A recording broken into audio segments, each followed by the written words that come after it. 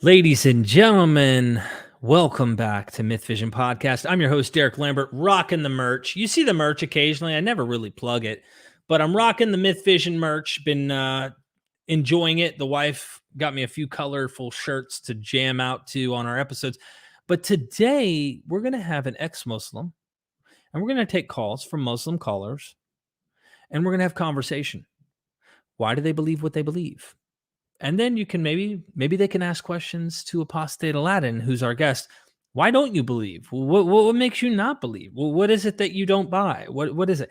So I hope these are friendly conversations and can show interfaith kind of dialogue. I hope I'm not coming through too pixelated, everybody. I need an opinion because my internet seems to be a little fuzzy here.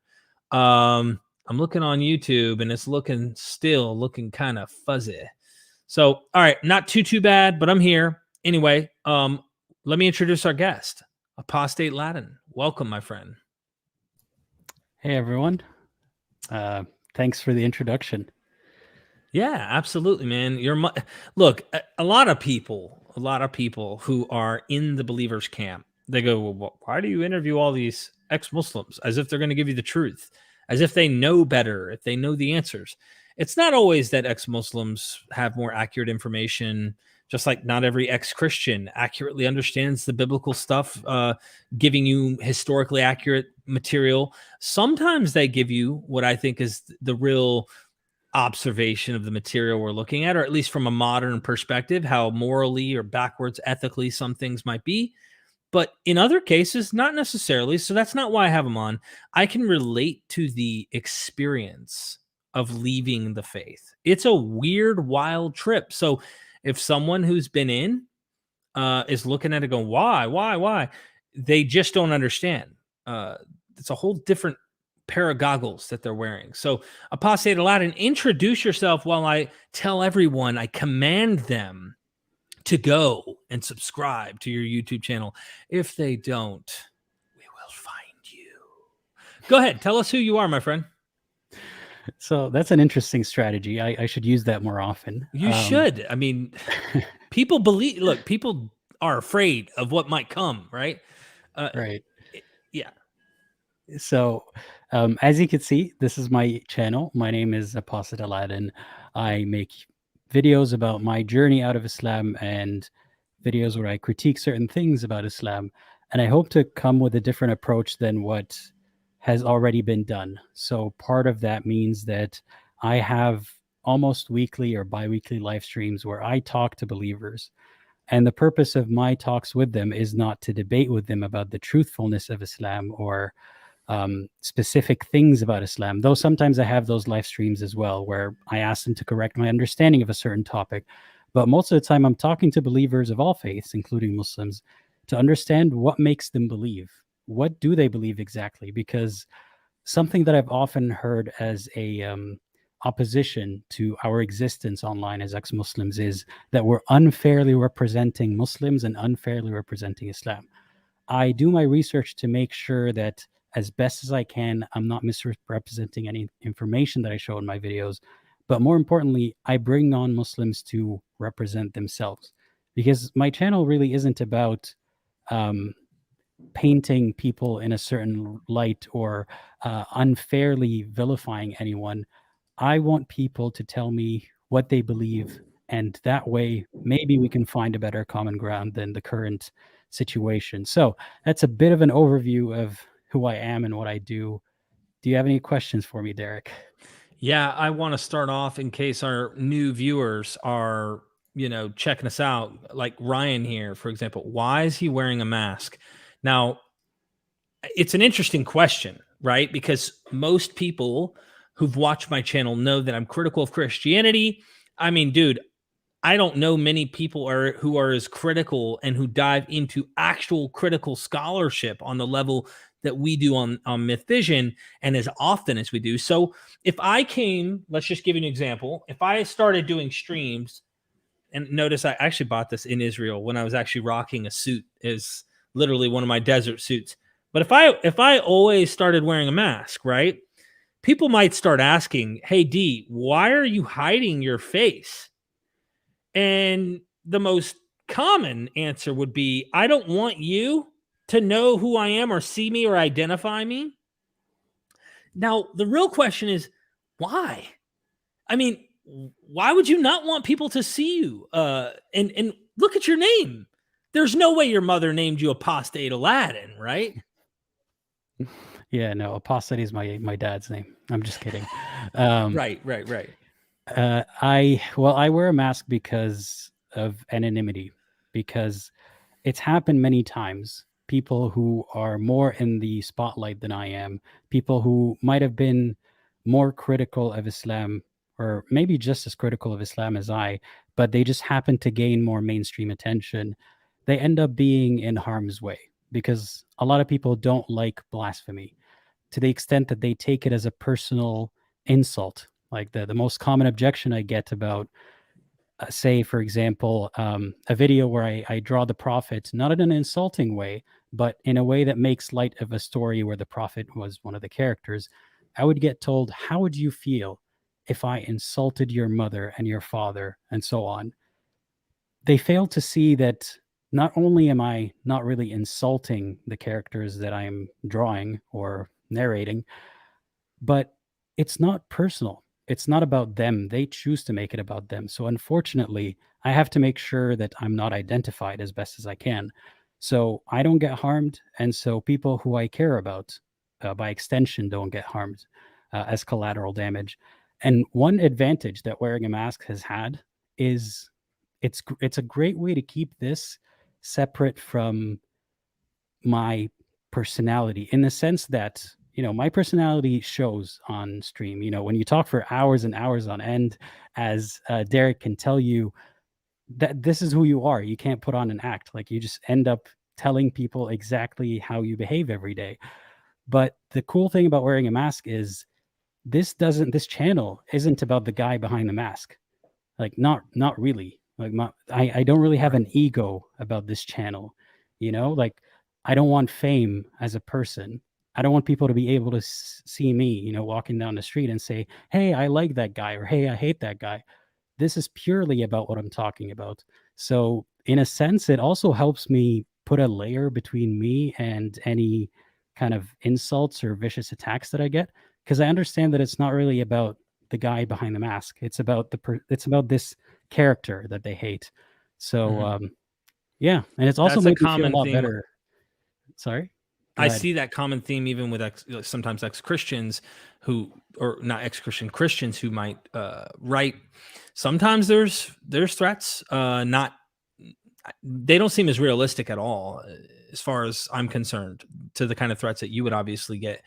Because there seems to be real data backing that on a daily in the world for people who are blaspheming or don't believe or say something that came out wrong. There's all sorts of stuff that happens. But Christians themselves who might see me and go, who's this horrible guy? I can't stand this person. They actually see me and kind of know me through watching me long enough. But then a lot of them who get to meet me will be like, he's almost a saint. This guy helps drug addicts all the time. This guy actually helps people. He's trying to be a good person. He's a great dad. He's a great father. He's a great husband. So they don't really know you anyway. And you keep that safety net up. Yeah, and it's very telling that the only features that they can see about me is what some people insult me with. Like they'll pick whatever they see and be like, your forehead is so and so, and I'm like, okay, that's definitely not personal. You're just reaching for whatever you can see. So I like showing them less, because in a sense now I don't have to deal with insults about how my my mouth looks, how my face looks, and so on. Right. Yeah. But anyway, I'm not complaining too much. It is what it is. I mean, we were just talking about this before the stream, and I was thinking, it's funny how it's almost automatic for me at this point, and for you it's still surprising. Like, why is this guy wearing a mask? This says a lot. For me, it's just a fact of life, unfortunately, but I hope that changes in the future. That's what I was saying. We have a problem, a huge problem. I cannot imagine that you're any more critical of your religion that you left than I am of Christianity. I can't imagine that you're like more critical. And I don't live with that threat. I mean, I've had a few people threaten me, but and it wasn't just Christians. Like, you know, I've even had Muslims who emailed me. I've had Jewish people threaten me because they saw some of my stuff that was really highly critical of Yahweh, the Hebrew scriptures, and they're like, "You had Rabbi Tovia Singer on. How dare you? How could you dare talk about Yahweh this way when you've had?" And it's like, bro, check yourself. You know. Anyway, I emailed them back, and it was nuts. But today we want to have conversation with hopefully mature people who are in the faith of Islam to have the conversation with you about why they believe what they believe. And you and them will carry on that conversation.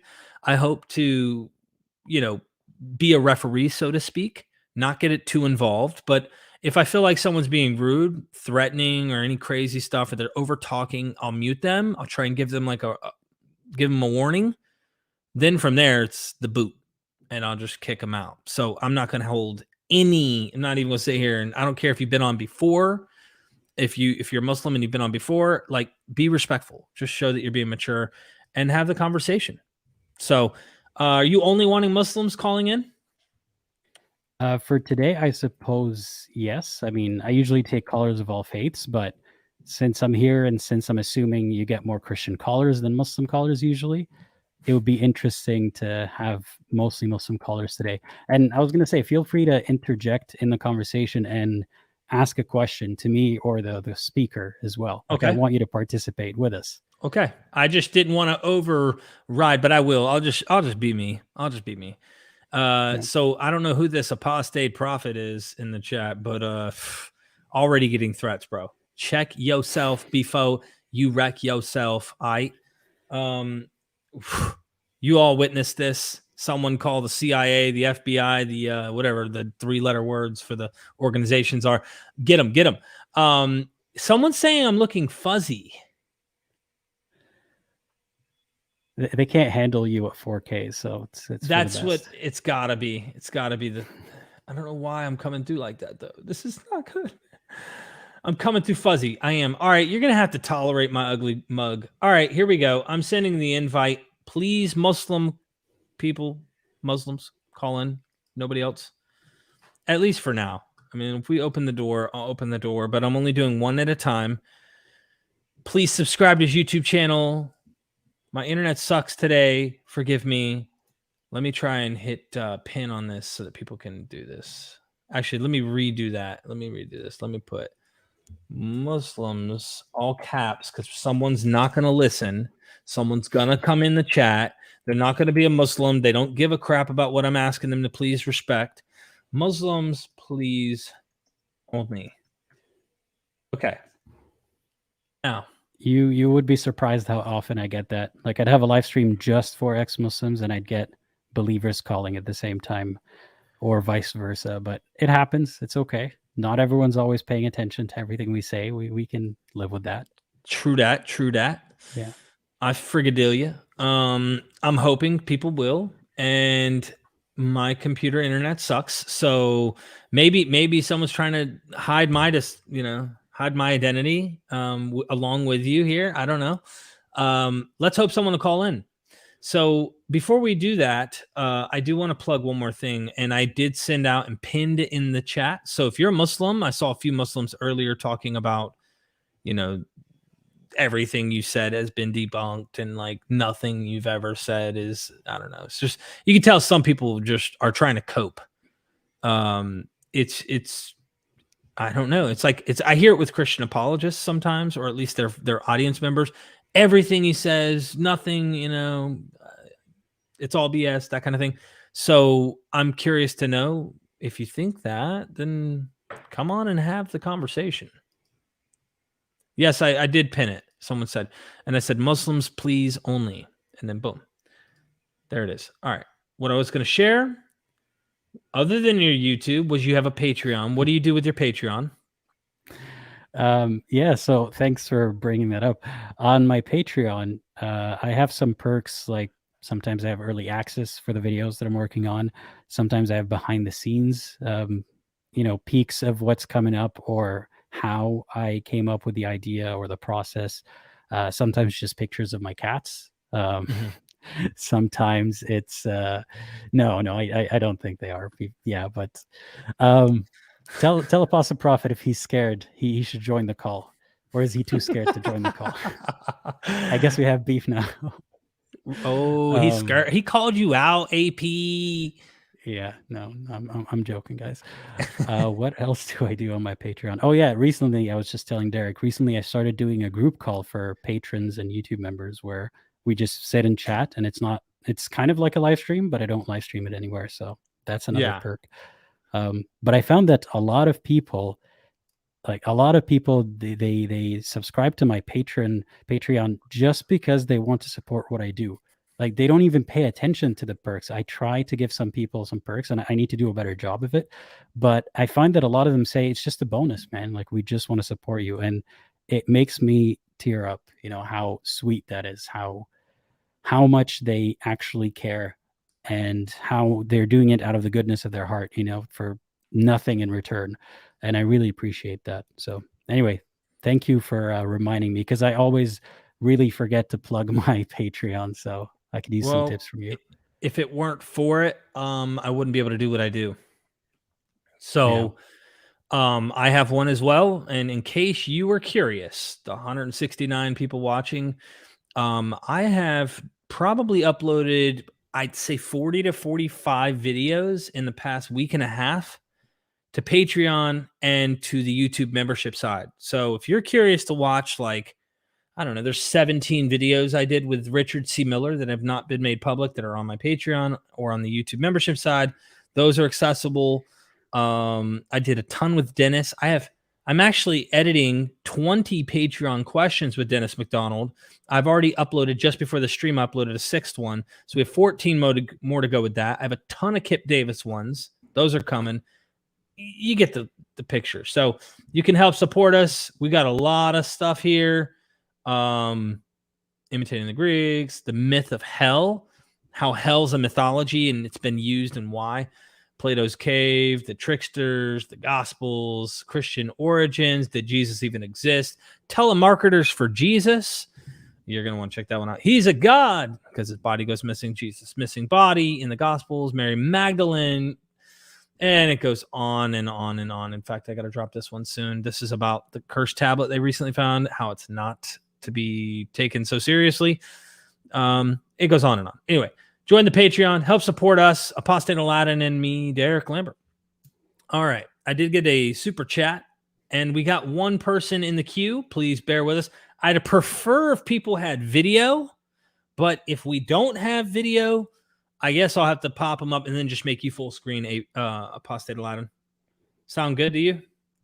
Yep, sounds good. I don't want to risk any like trolling happening or something happening. You know what I mean?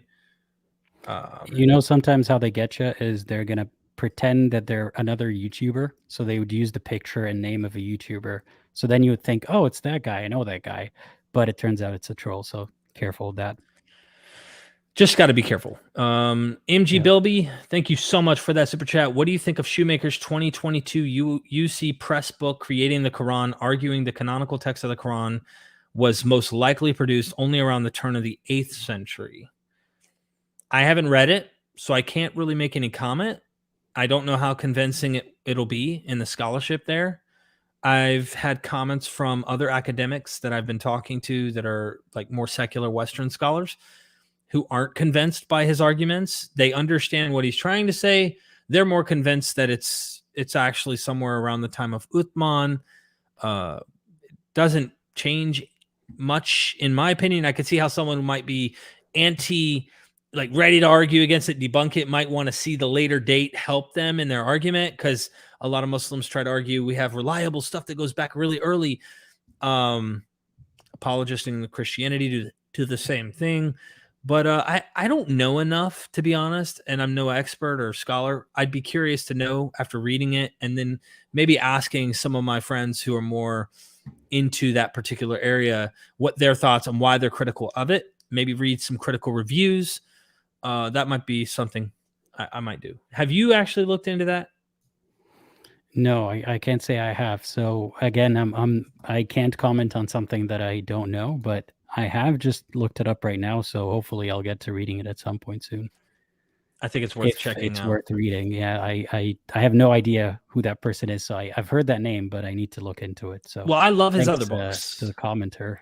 Shoemaker Yeah. has some really good books I love. I have not read this one, so he's definitely worth reading in my opinion. And he's coming at it from more of a secular, not coming at it with I need to go based on the narrative. I need to go on what the the surahs, sunnahs, the whole nine. Like I don't need to go off of the Islamic narrative necessarily. He'll fact check and bounce it off of that. There's also extra non-Islamic sources that he at least is factoring into the conversation to help maybe see what the reality is of a situation, etc. So thank you so much for that, MG. And then Becky D decided she wanted to have apotheosis one day by joining the membership program on MythVision. Look, we got a ton of videos you can watch. All right, let's get to our caller here. I'm going to pop them up, and then I'm going to pop you full screen. Is that cool? Sure. All right, here we go. Trojan, please tell me you are Muslim. Yes, I'm Muslim. Thank you for calling into MythVision. Feel free to have a conversation with Apostate Aladdin. Hi, Trojan. Hi. So first of all, I wanted to know, are you familiar with my channel? Have you heard of me before, or is this your first time joining? No, this is the first time. Okay.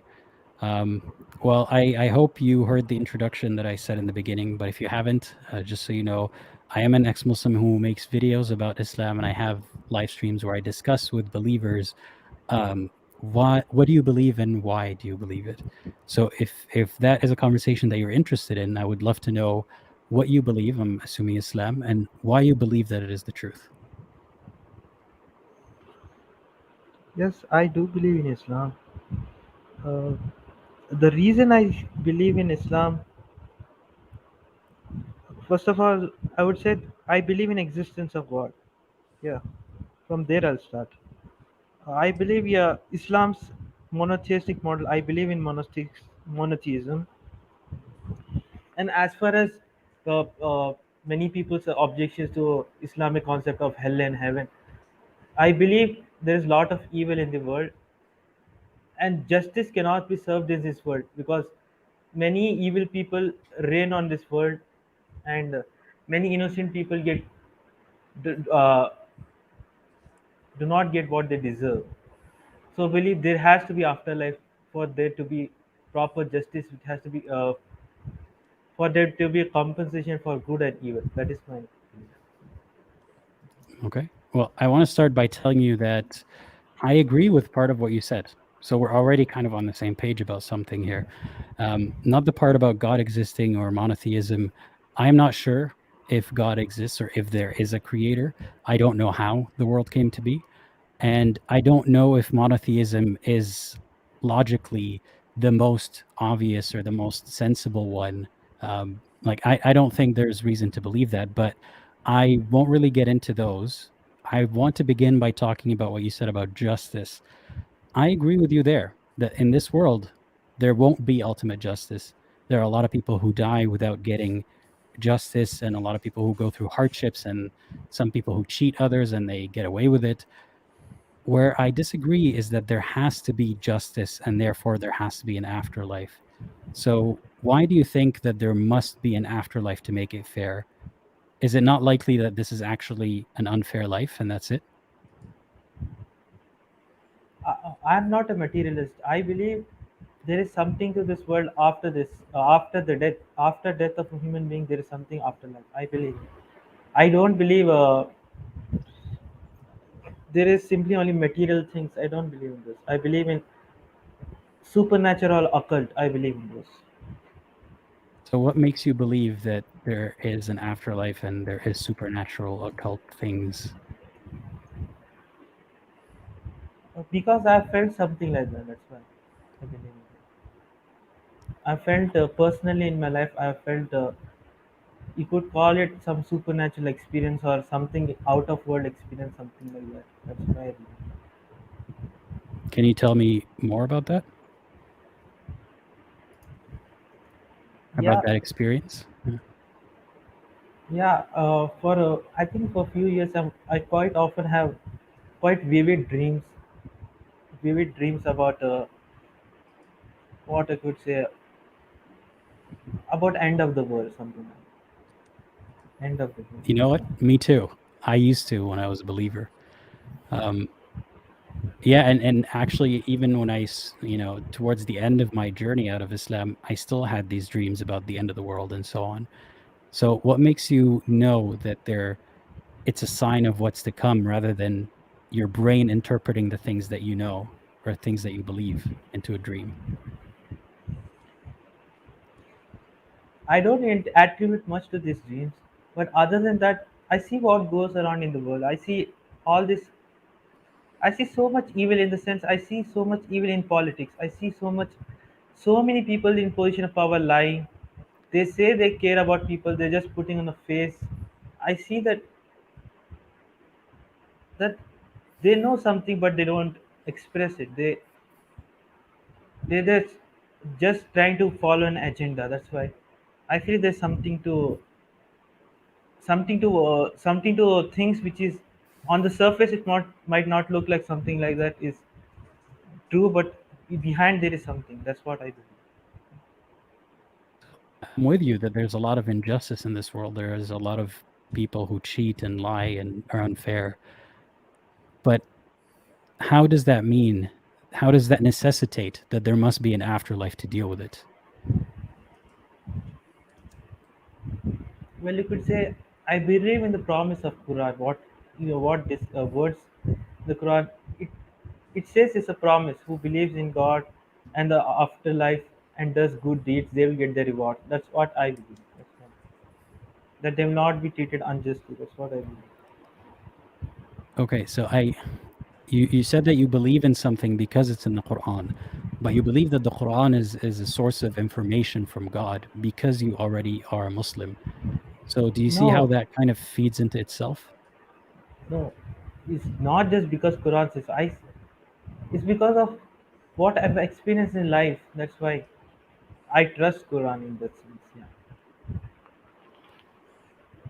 I'm trying to understand what that experience is because the reason why I asked so many questions about it is even when I was a believer, I wanted to know how to quantify, how to list, how to categorize what makes Islam believable or true so I can transfer that information, that knowledge to other people who aren't believers. So I'm trying to understand in your scenario, what is that experience or what does that look like? And you said that would be because of dreams that you have about the afterlife, right? Yeah. Uh, First of all, I would say I'm not proud of the mainstream Islam. Actually, even uh, I believe in a version of Islam which is quite heretical to the mainstream Islam. Even my family didn't like what I was doing, and they started persecuting me in some sense. And I still believe in this version of Islam. That's why there are reasons why I believe in this version of Islam. What It's do you mean not by this because version? version which says that uh, in the version in the sense I don't believe in the hadiths. That's why.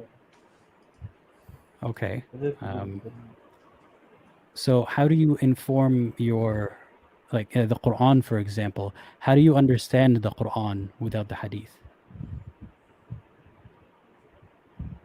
uh, there's no Or need for the background. I just read the Quran. I see Quran as a signpost. It's like people always complain that Quran is all jumbled up, all the stories. It goes from one point to other story, and that is Quran is not like other books like Bible. It goes in order. The story we can see what happens in the story. But I say Quran as signpost. Each verse is pointing to other verse in some other chapter. That's why I see some beauty in Quran. That's why I believe in it. no, my question is, how do you understand the Quran without the hadith? So I'm assuming that you read the Quran in English or some, translation of it in English, right? Yeah, I read it in English. So, Uh, do you know where the translation or the tafsir, the exegesis, do you know what informed that, or how did they arrive at that? yeah, I I use a translation from a website called Quranite.com. Basically, uh, it's the owner of the website who has translated the Quran. He has rejected traditional Islam and used his own methodology to arrive at translation of Quran. And he says there's not necessary to use hadiths to know what is the message of Islam. Basically, it is given in Quran. You can check. I've I've typed it in the chat the website from where I've taken the translation.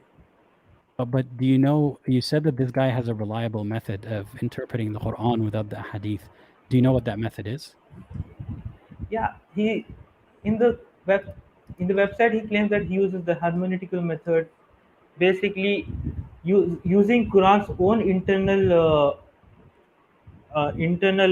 wordings and method. I mean, usage of words to interpret Quran rather than using hadiths, which interpret Quran's words. Like some words in the Quran are tried to be explained using the word to the hadiths instead of using the hadiths, trying to use Arabic, old Arabic dictionaries, and on Quran's own methodology of using the words in the Quran. For example, Salah. But there's a lot of things that you wouldn't, there's nothing in the Quran that explains the other part of the story. Like, you wouldn't understand that story without having the hadith or a seerah. So, have you actually looked into his methodology and looked into all the examples, or do you take it on faith that he figured out a way without the hadith?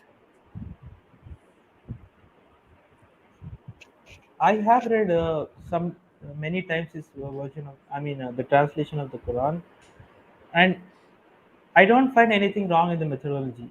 He just he's But not how would you importing. know if something is wrong? Like, what would it look like if you found something wrong? I don't find anything wrong, but I don't No, know I about others. understand that, but I mean, like, can you give me an example of if you found something wrong, what would that look like? How would you know that something is wrong? No, I actually basically look all the translation like the Sahih International and other translation and compare it with this Quranite.com's version, and But I all find. these other translations, they use the hadith to arrive at those translations in the backstory. Yeah, but in the Quranite.com's translation, it tries to minimize as much as the influence of hadiths because in Quranite.com's translation, it considers hadith to be unreliable. So, Yeah, I think we're speaking past each other here. So yeah, I'm asking you. So you say nothing looks like it's wrong. You didn't find anything wrong with it, and I'm asking you, how would you know if something is wrong? And you say that it's by comparing the other translations of Sahih International and so on to the one on the website that you use, Quranite.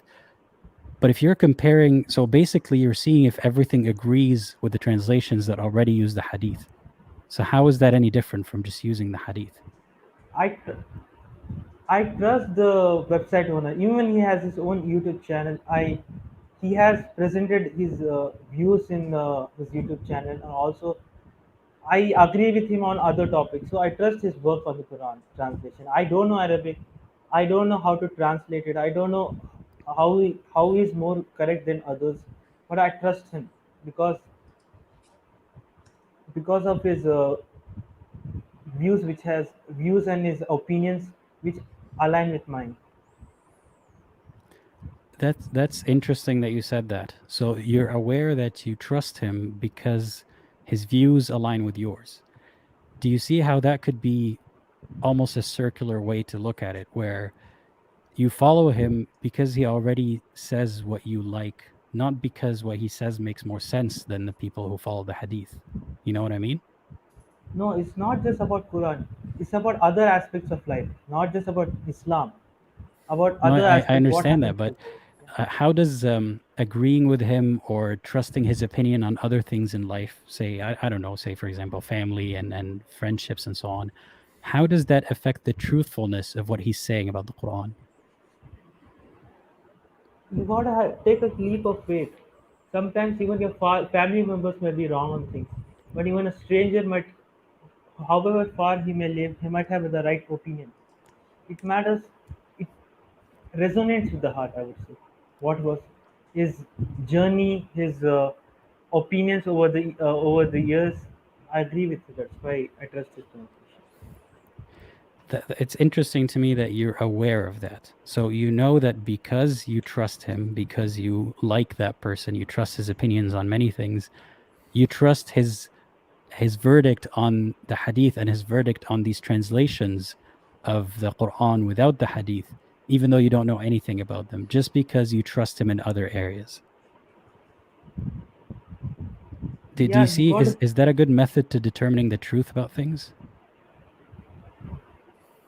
I wouldn't say for others, but I consider this to be fine for myself.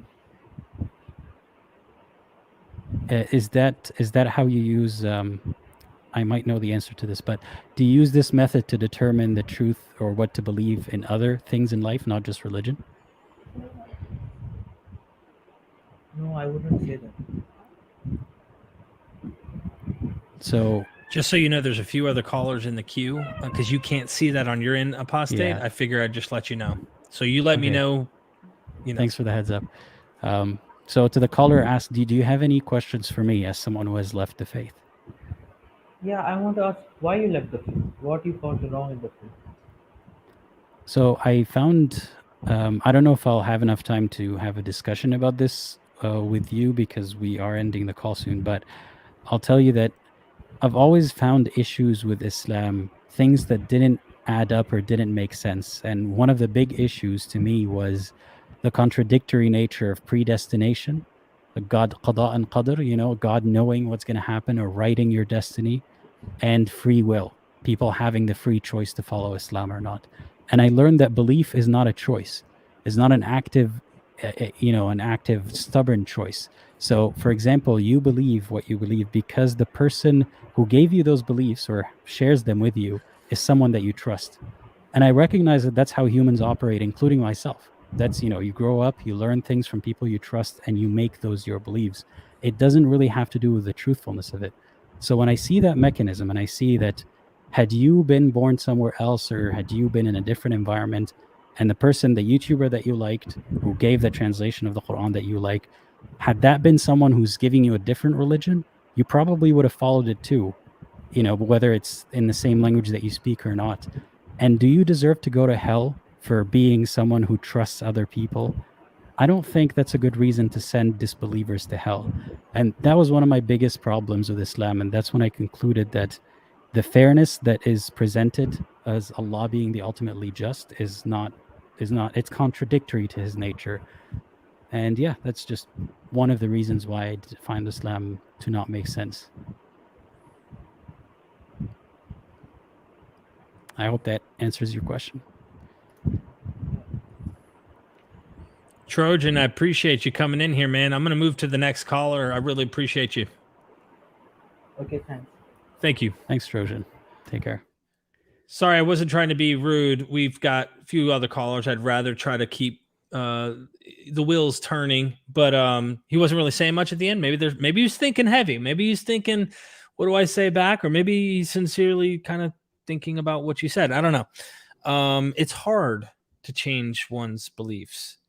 And it's not like for me, it wasn't just a mental assent. There was a process of me having to really chew on what I was either doubting or what the issue was. And really, it took me a process to finally come to a different conclusion because I had so much of my life and everything invested. And I'm sure you can relate. Yeah, it looks and like to be clear, Oh, go ahead. just got to clarify something. I don't expect anyone to change their beliefs, especially not during the duration of the conversation. But it's good to have an open mind and to at least be open to the possibility that you might be wrong, and that includes me. Every new person that I talk to, I'm open to the possibility that they're going to prove me wrong about something, or I have the wrong belief or the wrong opinion. So I'm okay with people ending up with a disagreement. That's fine. I appreciate the caller for telling us what he believes and why. Mm-hmm. So, yeah. Thank you. And just so you know, there's 3 callers in the queue. So none of them have cameras ready. So I'm going to have you on the full screen here until, you know, we get a camera or something. I don't know. But yeah, next caller is named Muslim. Hello. Welcome. Hello, Derek. I would just like to ask, why do you gatekeep the fact that Christianity was made by Jewish kikes? Also, hail Adam Green. You need to kill yourself. Damn. Wow. Wow. What in the world was that? And he waited for a while to say that. Like He literally put his name as Muslim, and then he came in like he's, you know, but they're a bunch of anti-Semites. right. So these are people who literally want to say everything, Islam, Christianity, you name it. It's all controlled by the Jews. In fact, today, what goes on in today, if it's bad, Jews are probably behind it. That's how far a lot of their conspiracy theories go. But this guy, why do you gatekeep this guy? Gatekeep? The guy can't even keep his own YouTube channels. Like, if you can't stay on the internet and you have to find little rabbit holes on dark web sites or sub sites that allow you, you should look in the mirror. Don't look to me. Just because I'm not going to tolerate your Nazi bullshit doesn't mean, you know. So anyway, sorry we got derailed from the conversation here, but you know. Next caller, I hope, is actually Muslim, and please, I hope we can have a good conversation here. All right, here we go. Hey, Newman. man, how's it going? Hello, can you hear me? Sorry about that, my friend. You had to hear that. I apologize. Can you hear me? Yeah, we can hear you. Fine, great. I have to keep my voice a bit low because it's almost 1 o'clock in the morning and my kids are sleeping. So I apologize if you don't hear my voice that clear. So in any case, Oh, we hear you just fine. Yeah. I start from should you ask me a question or should I ask you questions? Sure. I'll start by asking you, are you familiar with my channel, or, you know, did you hear me talk about what it is that I do and who I am? No, not at all. Sorry for that. No, that's okay. So I just like to give you a little bit of background, since, you know, I know about you that you're a believer. You don't know me yet. So I am someone who has left Islam. My name is Aladdin, and I have a channel where I talk about challenges that people have faced for leaving the religion and being open about it. And I critique the religion as well in some of my videos. And I have live streams where I speak to some live streams. I speak to ex-Muslims. Some of them I speak to believers, including Muslims. And this is similar to those live streams where I ask them, what do you believe and why do you believe that it is the truth? So that hopefully sets the tone for what it is that we're here to talk about. And of course, if you have questions for me, I'm open to that as well. So given what I said, does this seem like an interesting conversation to you? And would you like to give it a shot? Yeah, sure. Yeah. So I'd like to know what you believe and why do you believe that it is true? So basically, I am Muslim. To give you a background, I am a Palestinian Muslim. So it's a matter of like the environment. It's Islamic one in this sense. But I was born in Germany. So basically, the family, the parents were Muslims, but the environment is not as such. It's mainly secular, as you know. So the thing is, of course, I can speak and read Arabic, and reading the Quran and the Sunnah, it's not sort of, let's say, an emotional decision. It's more intellectual. So I read a bit. I heard your last comments about qada and qadar, which surprised me because I find no contradiction in that. So I really wonder, how do you understand it, and how normally in Islam, what do you think Islam says about qada and qadar? Sure, we could talk about that, because I'm curious to know how those two are compatible to you. Sure. But I want to know about what you said. So you say that you are a Muslim for intellectual reasons, right? Not emotional reasons, is what you Sure. said. So can you explain that a little bit more? Like how did you become a Muslim? Well, of course. I mean, the thing is, you are raised as such in a family, but when you get, like, let's say, older with time, you try to understand the concept behind it, and therefore you approach it not from emotional point of view. It's more intellectual, philosophical, for example. So you start with the question, does God exist? And how you can approach this issue. So you start thinking or searching, looking for the claims of atheists, for example, what they say. So there is no clear answer for that. So then you say, okay, most of the atheists, they say it's empirical evidence. Well, how can you use this, let's say, kind of empirical evidence to measure the metaphysics, which is kind of, I mean, it's not this appropriate measure. So the thing is, when I search for these existential questions, I look and try to deduct the answers. So probably you heard of philosophical approaches such as contingency argument, the Kalam Wait, I want cosmology to pause you argument. there. Yeah, I want to pause you there because I am not usually interested in discussing the existence of God as a concept. So I wouldn't even challenge your position there that, there is a God. So I'm more interested But in how you go from that to concluding that it is Islam. But I want to comment I'm on telling one you, thing that you said first, because you had mentioned that how do you use empirical evidence to measure the metaphysical? Well, the metaphysical, not like, I mean, we don't even know that it exists. So that question is almost, it doesn't really make sense to me. How do you use empirical evidence to measure something that we don't know if it exists?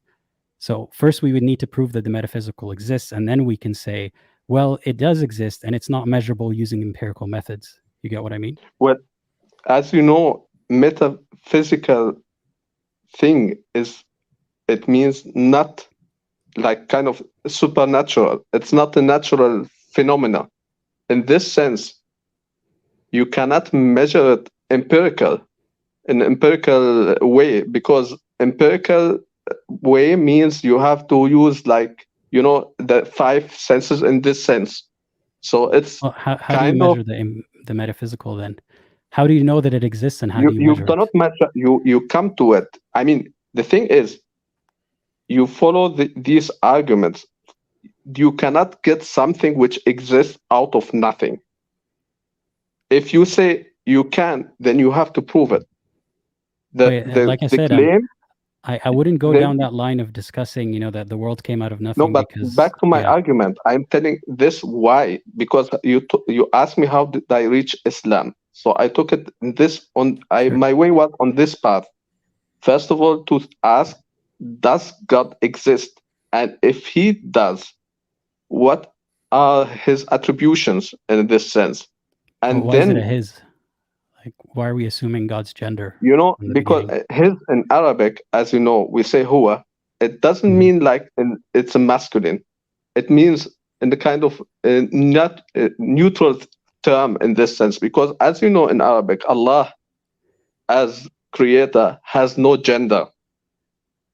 So I mean, it's not it's said that he has masculine no or gender, feminine. but he has a lot of qualities that align more with men than with women. So, and including the use of male pronouns. But I understand in Arabic there Yeah, isn't but because a gender neutral pronoun. as you know, in Arabic, we don't have a pronoun for a neutral gender in a sense. But in this definition, Allah as a definition, if you look in any Arabic dictionary, you will see it has no gender. This term has no gender, and anything would be connected to him. It should be understood in this context. Okay, I won't get hung up too much on that. But so what you say that if God exists, what qualities would he have? So how did you arrive? What are those qualities, and how do they align with Islam? So the thing is, then you have to understand, like, if the second step would be arguing for God existence. Sorry for my English; it's not the language I use every day. It's German, so it takes a bit of time just to try to make the No worries. sentences, but I try my best. So You're the doing thing well. is, Go ahead. you the second step will be arriving to the point where you have argument for the existence of God. When you reach it, then the second step will be, or the third step in this sense, to find to arrive to his attribution. For example, he should be powerful, because if you have this universe with all the energy, the thing, he should be like so powerful to bring this universe to existence. And he cannot be like his creation, because the creation is contingent in this sense. That means this necessary being, the God, he is like everything is depending on him. It can't be anything of his creation. With this process, you eliminate all the religions which existing on the face of earth. Because, for example, take Christianity. Christianity says you have Jesus. Jesus is a part of God as a Trinity in a sense. Though he is not all-knowing, not powerful, not whatever, and he's contingent upon that. So with this elimination process, you find this God has certain attribution, and then you come to the fourth step. This Wait, God, hold on a when second. he made, I'm not sure can I if make this just finish my sentence? You So you this finished guy- just so you know, And- Newman. You finished quite a few sentences there, and you've said so many things. If this is a conversation, it'll be very difficult for Aladdin to know everything you brought up, to kind of highlight where he wants to probe a little deeper. So, like for me, for example, I'm not even interested in having the discussion. I want Aladdin in YouTube, but there are several leaps in logic and leaps, in my opinion, in the things that you said that I would be very questioning about, and I'm sure Aladdin has questions too. Yeah, sure, go ahead. I think it's important to have you be able to just conversate a little bit in the process. Yeah, and I'll have you know, I do take notes, so I'm not interrupting too much, but I feel like at some point I still need to pause, or else, 5 minutes later, I'll be bringing you back to something you said 5 minutes ago. So I wanted to actually bring in Derek into this. I'm not sure, so I'm not as familiar with Christianity as Derek is, of course.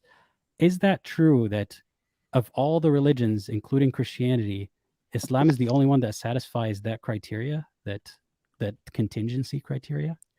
So as far as now you're talking about the fact that Jesus is limited.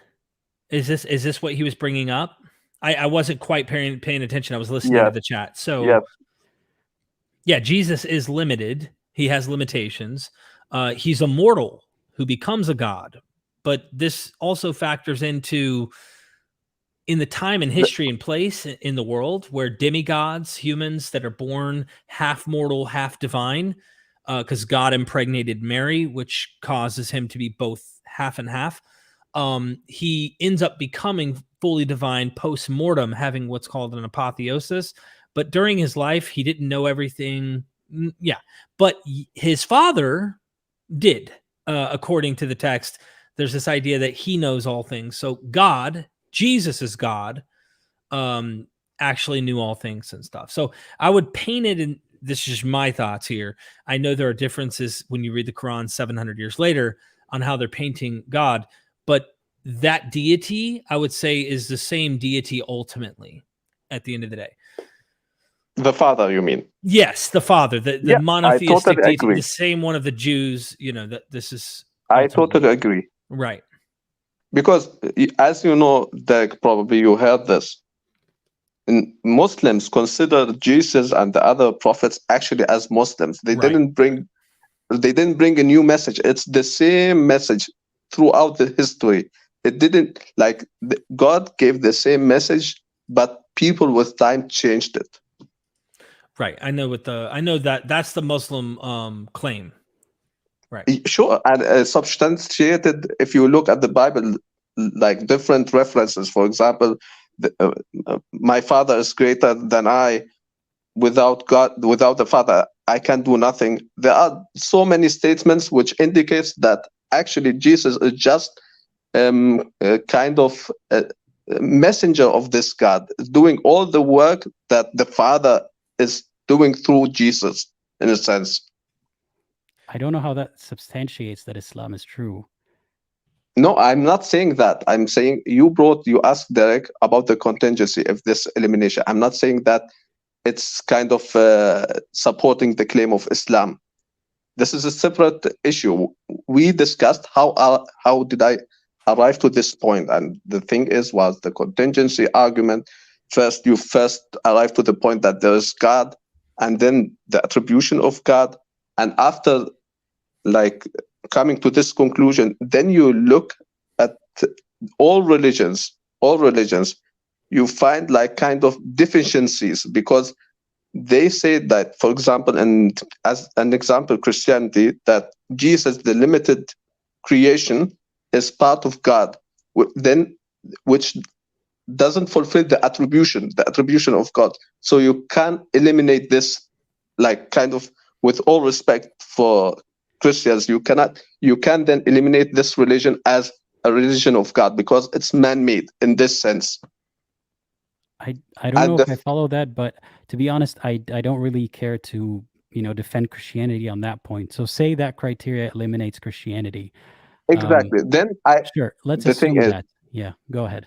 So then, for me, if God exists, there should be a purpose for this creation. So he should communicate with his creation. Why? So if God exists, he should communicate. How did you get a should from the if? I'm telling, for example, do you know something like, let's say you have your mobile phone. So it has a purpose. This creation also has a purpose. The one who made the mobile, the one who made the mobile phone. Examples from real life, like we can't use amorphous examples to say just because we created the mobile phone for a purpose, therefore, if God exists, we must be created for a purpose. I don't know if that follows. Why? Why it doesn't? Because you haven't you gave an example of something. You didn't really demonstrate that in every instance of something existing, it exists for a purpose. You just gave an example of one thing that exists for a purpose. Then give me anything in this creation which has no purpose. I mean, well, let me ask you this. I want to ask you this because they did a psychological, I can't remember the name of the study on children, but when they walk up to the kids, they ask the children, why do rocks exist? And the children say, so animals can scratch their backs on them. Why do rivers exist? So boats can float down them. And this was the simple adolescent child's answer for what the purpose of a river or a rock is. Now, if I were to ask you, why do rocks exist? How, with your God, would you give a meaning to what rocks, what is the purpose for rocks? This is quite interesting that you say it like kids, they ask kids, right, or kids, like they have something in their instinct always to give an answer, which is instinctive in a sense, internal. That means this thing to answer, always to give an answer. That means there's kind of, I cannot put it like it's formulated in English, but there's kind inherent in them to search always for the let's say for is it fitra? Is that what you're referencing? Yes, the fitra. Exactly. Okay, so here's the thing, though. And when you ask me, well, yeah, I have to comment on the fitra point, because naming something that already exists doesn't mean that God made it happen. So, for example, to say that most animals, most living things have self-preservation to live, you can't just label that, for example, label that fitra or something else and say, see, Allah said that they have it. I mean, No. yeah, kids The have a fitra, curiosity and kids have a way of explaining things, and humans have a way of explaining things. How do you take credit for it and call it fitra? Like, just because it agrees with the definition that the religion made doesn't mean that it actually is attributed to the religion. You know what I mean? the thing is with animals, they don't have fitra to believe in God in this sense.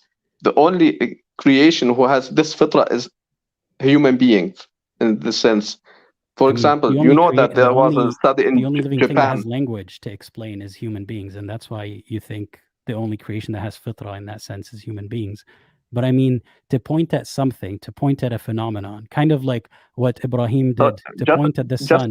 can I make a notice on this? You know that the fitra, it's basically that animals, according to Islamic understanding, they don't have kind of a choice in the sense like intellectual choice to choose. Shall I do this? They are programmed in this sense. You know, for human beings, as you know, the concept of fitra, according to Islam, as I give you an example, you know, in Japan, they made kind of a survey on kids and they asked them, like in this survey, how, like asking about how this universe came to existence in this sense. And they gave that these kids the answer of their like fitra, that it's God, and they gave the attribution of God in this sense, how he's like most powerful, most knowing. Without, as you know, in Japan, there's no like it's not Islam is dominating there or whatever. It's I think Shinto and Buddhism in that sense. Well, I'm not familiar with that study, but I don't think you get the point here. Say it is true that most humans, right, from an unmolested young age, I mean, like intellectually untainted by any ideas about religion, say we have a tendency to explain things by saying it must be God or something of the sort. Even if that were true, that might be more indicative of a certain evolutionary trend than actually the truth about that God. Like that's the point that we're missing each other here, is to point at something like, say, the instinct to do a certain thing or self-preservation or whatever instinct that already exists, and to say my God labeled it or my religion labeled it, therefore it's true according to my religion, still doesn't prove how your religion, like how it is actually true according to your religion, not that your religion labeled something that already exists. I don't know if you're getting what I mean here. I'm getting what you mean, but then you are claiming in the sense the idea of religion came as a process or byproduct of evolution. In a sense, are you claiming this? So I think this that's one plausible explanation, yeah. Yeah, but then I would ask you this question. If it's the case, why is it in like most of the religions, also Islam, for example, to do adultery is a sin, while actually it should be according to evolution, you should spread your sperms as much as you can, and you have a lot of, as you know, like kids. So this is the mechanism of evolution. I don't think that's true, because I'm not an expert on evolution in any way, but I'm still but reading you brought it to on the topic. table. But so yeah, but let me just make one comment here, Aladdin, it isn't just monotheistic religions that practice, one man, one woman. Societies at large, pagan, polytheistic societies predating the Abrahamic ones, were practicing these kind of marriage type situations. And I can't say that Islam is not spreading its sperm and seed everywhere anyway. You've got 4 wives that you can have. Yeah, sure. Whereas, why not 20? I'm just saying there are certain rules. For Muhammad, right? maybe, but yeah, Muhammad, but not everybody else. But here's what I want to say about that is, so I don't think that evolution, like I don't know, evolution says that you should have as many kids as possible all the time. There are mechanisms. Like evolution is not a concrete big thing that decides on things, but there are mechanisms through what we call evolution where certain species are selective about finding a mate and they only have one mate. Like it's not just something that's unique to humans because God said so. So I don't see how bringing religion into it takes claim over, monogamy. I mean, this is quite a bit. And what you now said, it's quite contradictory to the general theory of evolution, because actually the strong should survive. This is the main mechanism. So you have to like according to the mechanism of evolution, you have to spread your seed as much as you can, and this is the aim of or one of the aim of the mechanism of evolution. And if you see, That's for example, not exactly true. Yeah, we're getting off topic because I'm fairly positive you're not a biologist or aware of evolution. Neither am no, I. not at all, not at all. But Right, me neither. I read basic stuff about it. Same here, and it sounds like I'm trying to say what you're saying. I'm trying to get on the same page as you in agreement, but maybe it's the language barrier that's making me think, because the strongest is not the one that survives. It's the fittest, which is the one that adapts. The one that adapts and evolves to its environment best is the one that's fittest, not the strongest. And so not always is spreading your seed the best. I mean, we have animals today that as soon as they mate, they die on purpose. They go and they're eaten by their I guess you say partner.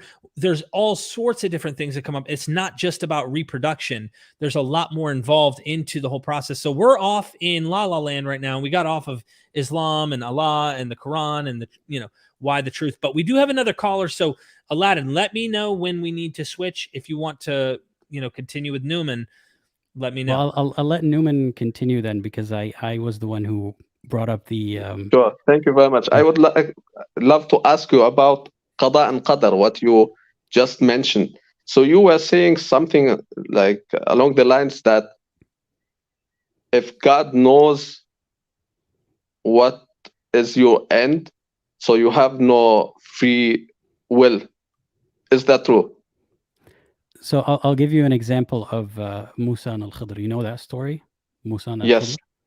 So yes. Musa, and he was shadowing a wise man called Al-Khidr to learn from him. And the wise man, Al-Khidr, said, you can follow me, but you don't ask me any questions till I tell you. So don't ask me any questions, which I think is a very bad way to teach someone, but that's besides the point. One of the things that the wise man does... Do you know why did he tell him this? What was the backstory? What was the reason? Like, why did Moses meet Al-Khidr? What was the reason behind it? No, I know the reason. It's there's several variations about the reason. Either Musa was having a conversation with Allah and he told him, I want to do better, I want to be better, and Allah told him, well, go to this man and learn. Or Musa was saying, Ana a'lamu an-nasi fil ard, or something of the sort. I'm the most knowledgeable man. Exactly. No, there's multiple versions of it, which is funny. Like, there's in one version he's humble, in another version he's arrogant. So there's which version do you mean? There's a hadith about that where Musa is having a conversation with God. I'm not going to cite it right now, but I have a video coming up where, like, in a couple of days, I will mention that part. But let me get back to the story.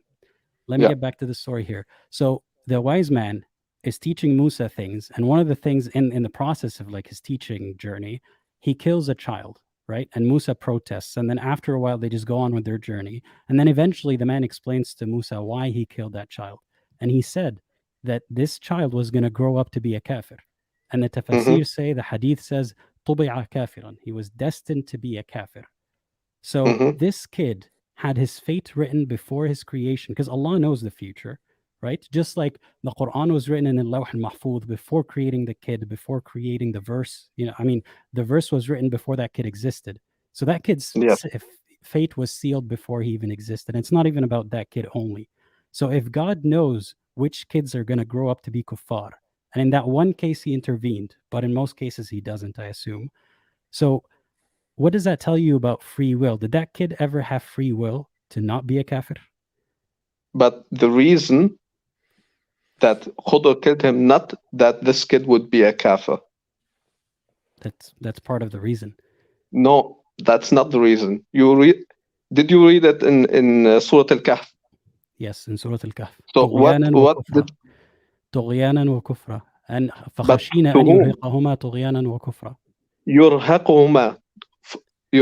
What do you know? What does it mean? I hate the condescending questioning, But No, yeah, no, I would I'm not say, considering. Sorry, I'm telling yeah, you, I have a problem with the English yeah, in a sense. So I'm not yurhiqahuma, meaning, considering okay, like Well, being I arrogant or apologize. something like that. there's I also a apologize. talking, over each other too. But I apologize. I misunderstood that. So yeah, yurhiqahuma, to exhaust them with his disbelief and disobedience. Linking, there's a lot of name calling of like disbeliever is automatically a bad thing in Islam, in the Quran. No. So yeah, You said it rightly. Exhaust them. Them. Can you tell me, please? the parents What is? are good believers, and God and Yeah, Al-Khidr feared or disliked that the kid would grow up to exhaust them with his disobedience and kufr and disbelief. exactly. So Thank yeah, you. This is the explanation. So let me ask you this question. Imagine this scenario. You have a knowledge that you meet along the line Adolf Hitler as kid, and somebody is telling you this thing that this kid is going to grow and wait, will kill 6 million Jews. I got your So question, but I think what would you do in this sense? I So think you demonstrated the point that I was going to make perfectly, because the Quran does this a lot. This, bringing up a kafir and just putting another bad quality next to disbelief. So that kid no, is going to exhaust them because of disbelief and because he's a bad person.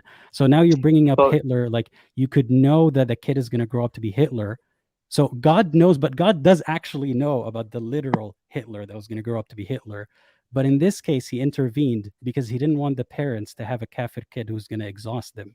So if God wait. intervenes in that case, why does he intervene always? So you misunderstood my saying. The thing is exhausting his parents, the believing one. That means putting hardship on them, probably to the extent of killing them in the future.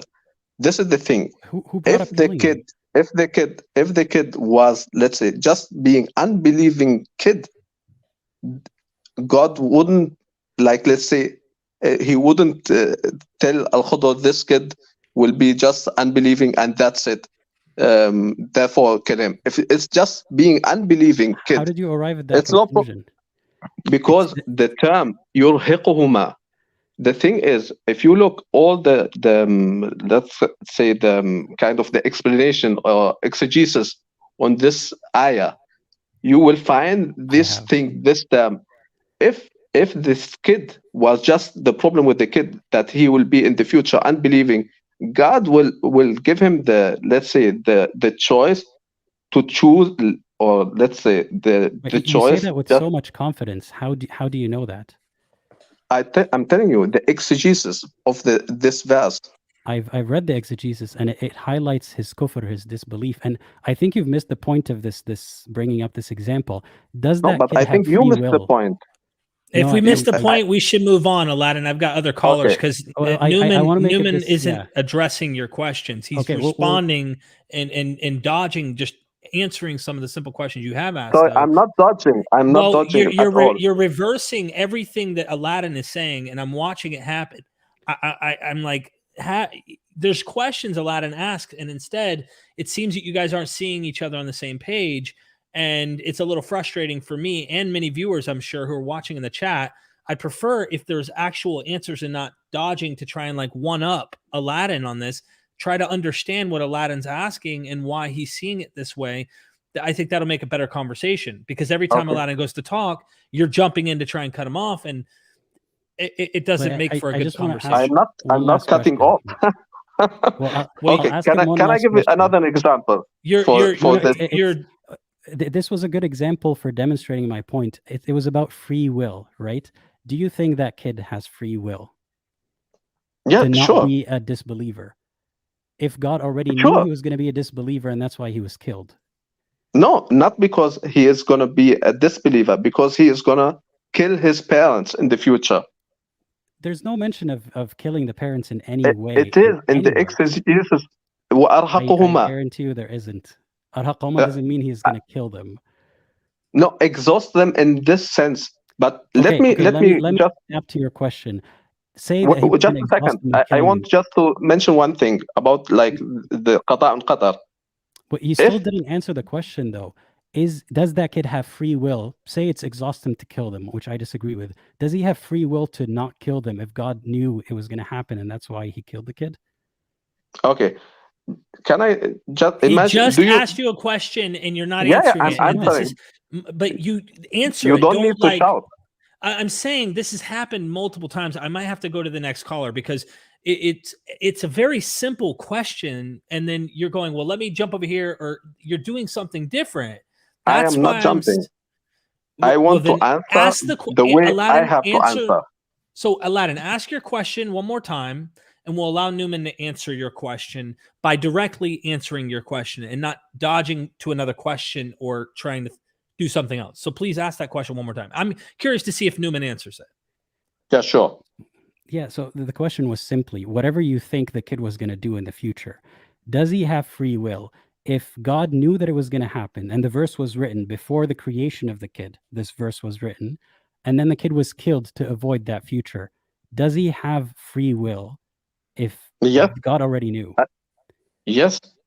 That means when this kid reached that point, he will choose free will to kill his parents. But God knew that was going to happen and killed him, so the kid goes to heaven, right? The kid doesn't go to hell for the future that he is going to do. This is why I wanted to make more explanation how you understand it. You know that time is a physical thing. It's like space and time. It's kind of part of our physical world. Imagine you have a timing machine. So you know that in Germany, for example, Bayern won the league. So imagine you were in April and you took this time machine and went to, let's say now, this weekend, like 28th of May, and you notice, you see that Bayern is winning.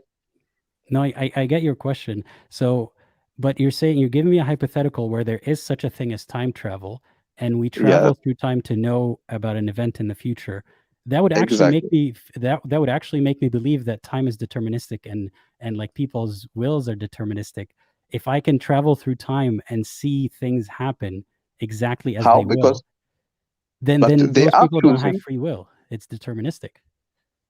How come? Because they are choosing. You choose the moves, you choose everything. It's based on your decision. You reach the result at the end, but the choice, you made the choice. You chose to kick the ball to the right or to kick the ball to the left. I think we will have to agree to disagree on that, because I think that, we can be algorithms. We can be people are algorithms that make decisions, and it can be deterministic. So if I can see in the future a future thing, then everything is going to happen towards that thing to happen. Like, I don't think that anyone has free will to stray away from the plan, from the future that was written. So I know that you disagree with that.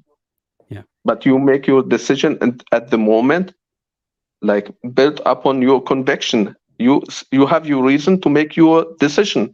The end result, it's known. It's known to God. But the choice, you are making the choice at yourself. I don't see that it's deterministic. I would think that it is. If there's always going to be the outcome the way that it goes. Anyways, probably it's now getting too late here in Germany. I have to go to bed. So I would suggest, because you see my English language is not the best, but I would suggest you to get in touch with EF Dawa, for example, and arrange, or Daniel Hakitichu in US, and arrange with him like kind of a discussion, a fruitful discussion, and it would be nice. They will be definitely happy to answer your questions, Apostate Aladdin, and Derek as well, as an atheist. And then we will be, definitely, it will be beneficial for all of us to find the truth at the end. Don't you think so? Well, I'm not interested in the debate. There's a debate. So when you go to the, I didn't say debate. Not you. EF Dawa's channel, I've seen how they like kind of have these discussions. They turn into kind of a debate. They try to pit it against you and stuff. and I'm more into a discussion, I wouldn't mind have a conversation, but I feel like we're often we're just so far away from each other, epistemologically speaking, and what we count as evidence that it might be difficult. But maybe someday, maybe I'll go and I'll venture in and have a conversation and see how it goes. I don't know. We'll see. Okay. Or with just the training. I mean, they are all in I think in US and Canada, so it's not far away. Gotcha. But thank you for having me. Thank you for Thanks for calling, man. Yeah, I really appreciate that. Yeah. Thank you very much. Have a nice day. Bye bye. Bye bye. Bye bye. Comments? Yeah, I typically don't like to say too much after a call because I don't want to talk about someone when they're not here, kind of thing. I think the caller was sincere. I think we were talking past each other sometimes, but they seemed very sincere, and we just don't agree on some things. And yeah, we would need to talk for longer to talk about the whole free will and predestination thing. But I don't know if I'm ever going to have a discussion with Daniel Haqiqatchu. I'm not as familiar with EF Dawah, but I don't know if I want to be in the same room or virtual room as that guy. But who knows? Maybe someday. Yeah, I just want to make this is my comment, and this is what I was going to say. Why I was saying comments is that if you try hard enough, you could try and make anything at this point. Well, he knew all things. He knew they were going to do this. Why create him to begin with? Well, he gave him free will. Like, you can have up all sorts of questions that come up. And I used to do this as a Christian. So I used to look and go, we have free will, but God knows the future. So I just kept it on like knowledge base. He just knows what's going to happen. He doesn't cause what's going to happen. He doesn't make sure that the world goes in a direction so that it happens a certain way. But eventually I started noticing certain passages that very clearly say he does, that he is kind of steering everything to go the way that they do. So then I was like, I have to accept this. I understand that this is a tough pill to swallow, but I started reading in some of the New Testament text, and you probably aren't aware of them, but in Romans chapter 9, Paul gets this hypothetical question he sets up where his viewer goes, well, if God causes everything, Paul, because that's what Paul's saying, then how can he blame anybody? Because he's the one doing it. And Paul's answer is very interesting. I'm shocked I haven't heard Muslims yet make kind of somewhat a similar claim. Who are you, O man, to answer back to God? Does the thing made have a right to say to its maker, why have you made me thus? Or does not the potter have the right over the clay to make the clay however he pleases? Like, that's his answer. His answer is, you're just a human. You're immortal. You have no right to question God and what God's doing. So just because God wants to create people that he's going to burn in hell for eternity, that's God. Now, you could see why that would seem unjust to us, but Paul didn't have a problem with that. And so it's just interesting to hear how there's like this negotiation between free will and predetermination, and they're trying to make sense of it so that, you know, God gets off the hook for some of those things. All right. Next caller, no you camera. Do hear that answer. By the way, I was just going to say, you do hear that. What you said about what Paul said, you do hear that in Islam as well. Like, it's maybe not always in that tone, but you always hear, well, God can understand things that are beyond your comprehension, and you are merely a human. Who are you to question God's way of doing things? So the caller wasn't saying that, right? But it does. It's a very common sentiment. But yeah, you're saying the next caller has a camera on? No camera. If they had a camera, I would love that. If you have a camera, please S Abu R. And real quick, Anna says, stop insulting Newman. Who insulted him? He was nice, but failed to provide logical evidence like most Muslims. Still, that doesn't give you the reason to be mean. Maybe there's a language barrier and there was no insults. I'm pointing out free will and predetermination. Nothing to do with Newman. Just the point of that argument, though, I hear free will and yet determined. There's something going on. There's a negotiation. All right, here we go. Next caller. Welcome to the channel. Thank you for being patient. Hey, caller. What's your name? I didn't see that. You're muted. Yeah, let me unmute. Oh, sorry. Can you hear me now? Yes. Yeah, I can hear you. S Abu R. That's me. Yeah. S Abu R. Or, Hi, Okay, well, Aladdin. hi. Hello, Derek. Hey, what's up? You are Muslim, correct? Yes, Okay, thank you for joining us. you're welcome. No problem. I was So about to sleep and then I saw a live with Muslims, so I said, "Oh, that's interesting." It's been a while since the last time Derek you did a live with Muslims. I think the last one was with Salim. Salim, I think, the guy, a while ago. So I So have do you know the format of this conversation or what we're hoping to achieve here? It's the that I'm asking, what do you believe in, why you believe it to be true? yeah, I listened to the previous conversation with Nu'man, Mhm. and yeah, I'll try to be as constructive as possible in order to discuss these important issues. So, do you have a question, or I ask my first question? So yeah, I was going to ask you. So you are a Muslim, obviously. Why do you believe in Islam?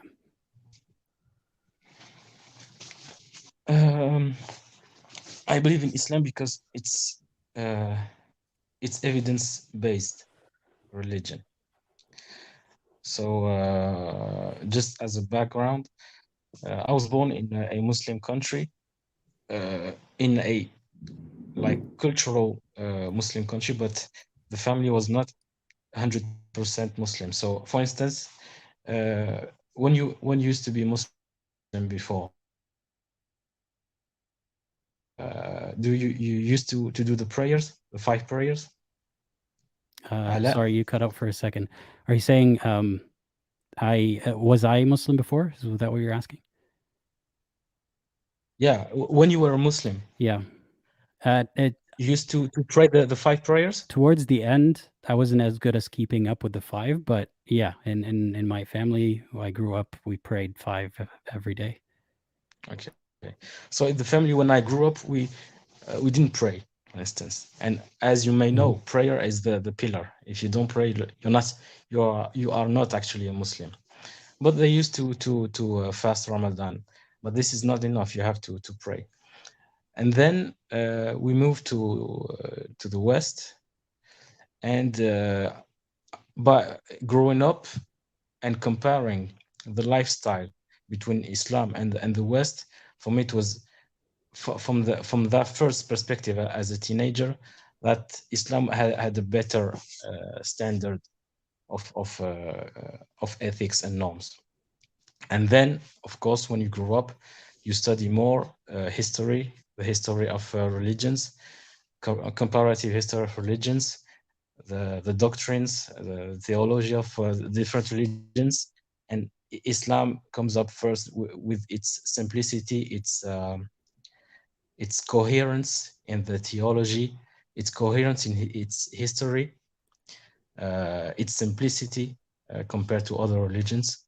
So also, it's as I said in the beginning, there is it's quite logic based religion when you look into the arguments. To go back to the what you said to Naaman before, I think you fall for the origin bias.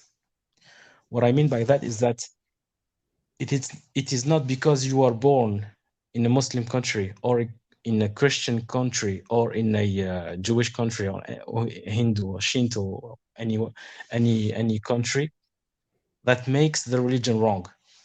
It is not because we can say the same today with atheism.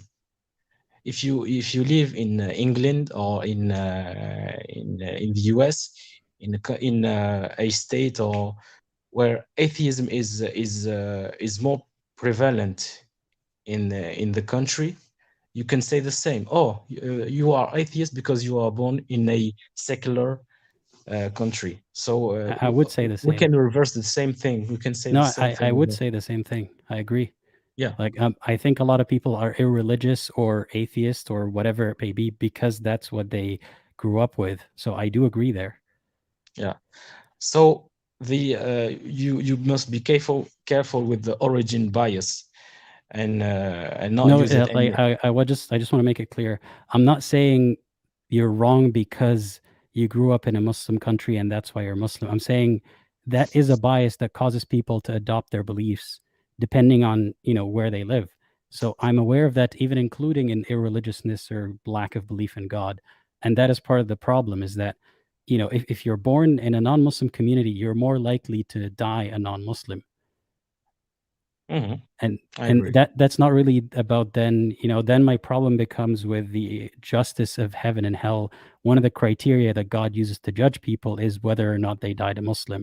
So someone who grew up as a non-Muslim, even if they've heard of Islam, they're less likely to die as a Muslim. That's just statistically true. So it seems like a bias there, that God is sending a lot of people to hell more likely just because they were born in the wrong area. That's unfortunately statistics. I agree, but also it's related to the laziness of human beings, sadly. Wait, but I don't know if that's accurate. So how is that related to the laziness of the human beings? Well, that's procrastination. We all have this issue. We receive the message of something, anything. Oh, I'll study that. Oh, this seems to be an important thing to do. I'll study that later. I'll do that later, until it is too late. So that's the Can I laziness. read into what you just said a little bit and tell me if I'm right or wrong? Mhm. So what you're saying is Islam is the truth, and people who live in non-Muslim areas, they die non-Muslim primarily because humans like to procrastinate, because even when they receive the truth, they just don't want to do the work to become Muslim, and that's why they die non-Muslim. Is that what you're saying? Not all, but yeah, a big part of people who die as non-Muslims, they just ignore the message. So here's the thing, though. Don't you see that that's a bias? Like, from your point of view, those people are ignoring a message. From their point of view, there's nothing to be ignored because they already have the right truth. You know what I mean? So they're not procrastinating the truth. They already believe they have the right truth. They think you're procrastinating the truth, perhaps. Well, Derek, for instance, he scratched the surface of Christianity a little bit, and he understood that it was false. Truth and falsehood can be easily distinguished. So Wait, hold up. So if they think they feel like yeah. So sorry to interrupt, just because I don't want to lose that point. You said Derek scratched the truth, the surface of Christianity, and it's easy to determine it's false. But if a Muslim was to scratch the surface of Islam and determine it as false, does that demonstrate to you that truth and falsehood are easy to differentiate? Usually, falsehood is you can determine it only by scratching. But in the case of Islam, in my opinion, you have to dig very, very long time in order to find maybe 2 or 3 points where you can slip, and people like you, for instance, can misunderstood and fall for falsehoods such as free will and predetermination. And with just that little argument, they dismiss all the religion and say, oh, okay, religion is false. Let me have my cool life without religion. God does not exist. Just with the free will argument. Well, don't you see that that's contradictory to what you just said? So that is scratching the surface, right? If Derek did more than scratch the surface, I'm assuming, but I'm just gonna take that example. If Derek just scratched the surface and found out Christianity is not true, to you that is evidence that falsehood is clear, and he doesn't need to dig deeper. It's that obvious. But if a Muslim did the same thing, which is not what I did, but if I did the same thing, that's evidence that I didn't look deep enough, not that falsehood is obvious. Why is the standard not the same? Sorry, I didn't understand clearly the question. Sure. So if someone scratched the surface of a religion and decided or determined it as false, if that religion is Christianity, you think that's a reliable method of determining the truth. But if someone did that with Islam, then you think they're misunderstood Islam. But it's the same exact action. So why are you not It's consistent about that? it because it's like scratching a plated iron gold-plated iron coin. You easily Can I see just the iron below. I Yeah. want to throw something here that I think's interesting. And you know how we did the whole where you're from fallacy thing, the idea of being where you're born bias or whatever. What's interesting is Abu, we have several Christians who've come on the channel and I've had conversations with them. They do the exact same thing that you are doing to Christianity to Islam. And they will say the exact same thing. Like we both agree Islam's false and we don't think it's true. And I'll go, yeah, I don't think it's true. And then they'll be like, but you know, Christianity, and they think that Christianity is that gold plate. They think that it is not defeatable. And you might watch my videos and go, Derek's got some good points against Christianity. But if I do a video on Islam or I point out how I think the Quran is full of legends, there are stories that are not historically true or that come from non-canonical material, or Dul Qarnayn, I say, is Alexander the Great, that I think the story was well known, passed into this period. Like, if I do that, you probably won't agree with me because this is your religion. You know what I mean? I just figure I'd point that out because that's exactly what the Christian apologists do when they come on, is they say, mine's true and you know, these guys are wrong. Or Jews in Judaism, if they only knew the truth of their own religion, it prophesied the coming Messiah of Jesus, just like Muslims might say the Bible is prophesying Muhammad. And you know, there's a constant shifting it onto someone else. I think, Derek, you are doing a very good job regarding Christianity, but however, you have to be careful not mixing apples with oranges. When you criticize Christianity based on archaeological finds and textual comparison between old texts from the Greeks and from I don't know, the Persian and so on, from Gilgamesh story and stuff, that's, for me, that's not solid evidence against Christianity or Judaism. Okay, that's because archaeology is scratching the earth and finding a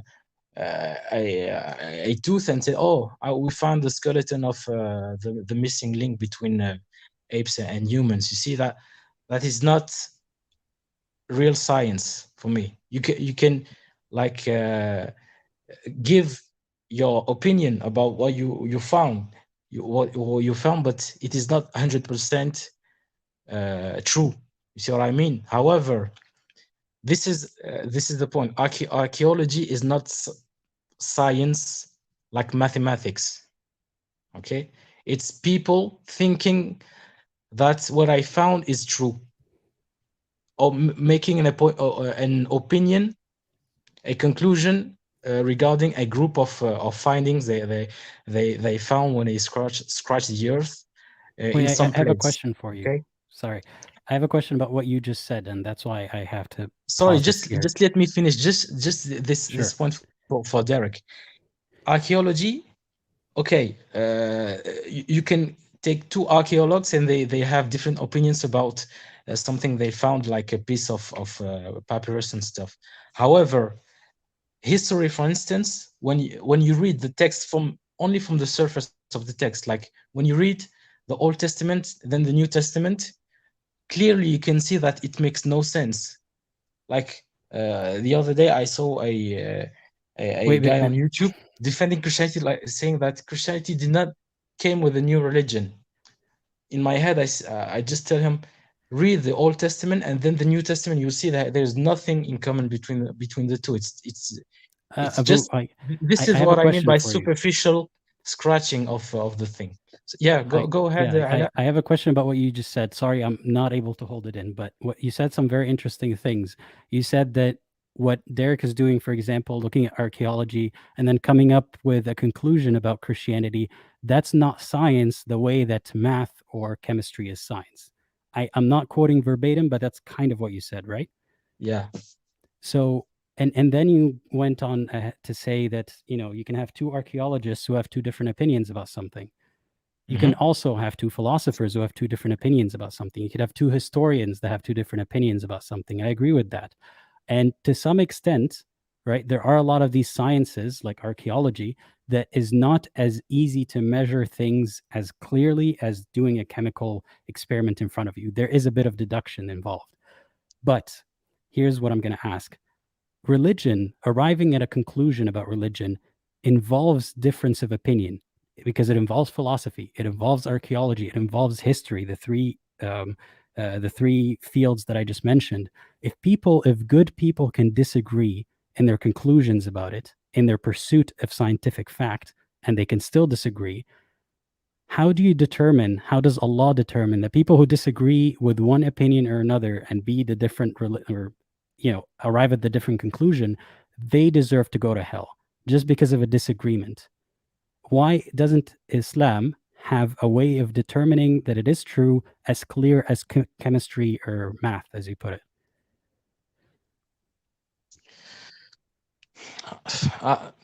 I would say that Islam, the Quran, the Book of Islam, is not.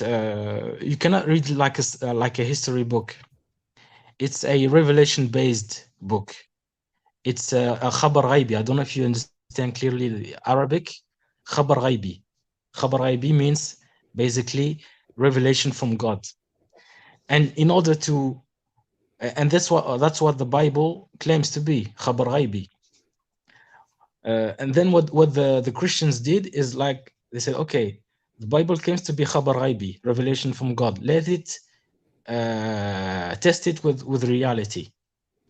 And they started to read and criticize the Bible and finding stuff that only from the surface made no sense. And then they went and did archaeology in the Holy Land and scratched the earth and found that, the Jews said that there were like more than 1 million in the desert, but we found nothing, stuff like that. The Quran says they were shirdima. Shirdima means a little group. So you see stuff like that. Quran is khabar ghaibi. The Bible is khabar ghaibi. You have to test it. When you test the Quran with reality, you are like 99% of the time having no issues with what the Quran says. That's not Contrary to necessarily the Bible. true, though. I mean, I'll leave the Bible out of it because I really have no interest in defending or critiquing Christianity at the moment. Just looking at Islam in a vacuum, what you just said is not true. Like, there are a lot of things in the Quran that don't match reality. And every time we run into something that doesn't match reality, like Muslims would say, that is something that only Allah knows, or Allah knows best what this means. Or, For instance, like for instance, mountains are pegs, right? That stop earthquakes, that's not true. That's geologically incorrect. Does that count as a mistake in the Quran for you that disagrees with reality? And even if, let's say, have you cut through a mountain? Sorry. Have you cut through a mountain and saw its side how it is, and in order to say that the mountain scientists is not have a very good understanding of how mountains formed, and they can measure into that stuff without seeing it with their eyes. Sometimes they do cut into it, but with ultrasound and other technology. But let's assume there is nothing in the Quran that disagrees with reality. Let's assume that is true. How does that prove that it is a book from God? If someone writes a book that doesn't disagree with reality, does that mean that it's from God? I said it is khabar ghaibi, and khabar ghaibi means that it tells you something that nobody can know except somebody who knows everything. That is the meaning of khabar ghaibi. Information about the unseen or about the unknown, or about exactly the information about the unseen. I So give you one example. The Old Testament said that the Jews, when they were wandering, they were I think 1.2 million people wandering in the desert. before entering the Holy Land. Okay, Al-Quran says, Fir'aun says, إنهم لشرذمة قليلون. Fir'aun speaking about the group of the Jews who were slaves to him. Fir'aun said, it's just a little group of people. You see, so the Quran corrects like 400 years ago the mistakes of the Bible, and now thanks to archaeology we can say that there is a mistake in the Bible, because the Bible says there are plenty of people. I have to pause you. That is are you able to talk about the Quran without bringing up the Bible, like just assessing it in a vacuum without thinking about other religions? Because here's why I say that. Because if you put something else next to it, and every time you see a flaw, that is i'jaz by itself, because the Quran uses the Bible as i'jaz. No, but here's the thing: if you had said that archaeology is not even an exact science, right? But now it's now the Quran can get it wrong, and that you still don't see an issue with that. But then if the Quran corrected a fact, let's assume you're correct. The Quran corrected some fact about the number of Jews. I'm not vetting that information. If that is true, does that demonstrate that it's from God? That strengthens the case, yes, that it is from God. How does it strengthen the case? Like, does getting things right strengthen the case that someone is from God? Well, yes, when you add up all the different cases that strengthen that the Quran is from God, in the end you end up with a very, very strong case that the Quran is from God. But so if I say a bunch of truths about something, and then I make another claim that I'm a prophet from God, does that prove that I'm from God just because I said a bunch of other truths? If you said it like 2,000 years ago, maybe, yeah. No, I fail to see the connection between getting some things right and making a strong case for being from Allah. Like it, and the phrasing of that is interesting to me. A strong case. So are you saying that there is a chance, so is it like math or chemistry, that kind of science where you know a fact, or is it where you have to make a case and argue your opinion? I think it's both. I think it's one or the other. It can't be both. It's like no. It's like it's not. Human life is very complex. It is not black and white. That's the complexity of human life. Wait, but that's where you failed. For you, predetermination, it's impossible. Okay, God does not exist. I'm not a Muslim. I don't believe in God anymore. That's it wasn't yes, that simple, true and false thinking. That's dangerous. No, it wasn't that simple as you simplified it. But also, I think you're evading the point here. You're kind of contradicting yourself in saying that archaeology. You were saying that with all due respect to Derek, what you do, the archaeological digs, and then forming an opinion about Christianity. That's just an opinion. It's not like exact science like chemistry or math. Yes, but that's what Islam is. But you're saying simultaneously it is both an exact science, but simultaneously a matter of deduction and opinion. Those two are contradictory. Okay, it's just like I said, it's a case by case study. Okay, it is not true or false. You have to study everything. For instance, when Derek brings the Gilgamesh epic and said, okay, you see, Gilgamesh speaks about the flood. That means that Noah, the story of Noah, the deluge is false. I think that's dangerous. That you cannot conclude directly from the Gilgamesh epic. By the way, I don't make that reasoning just because an earlier mythological antecedent to the Genesis tale somehow falsifies the biblical one. It brings up questions, just like I would want to defend Aladdin here and say it wasn't, I'm sure, and correct me if I'm wrong, Aladdin, it wasn't just this predestination free will that, therefore God doesn't exist. I imagine this question started the seed of doubt, which caused you to start investigating further. Like for me, it wasn't one thing. Now it's 1,000 things. And all of it points to man-made. Humans writing this material.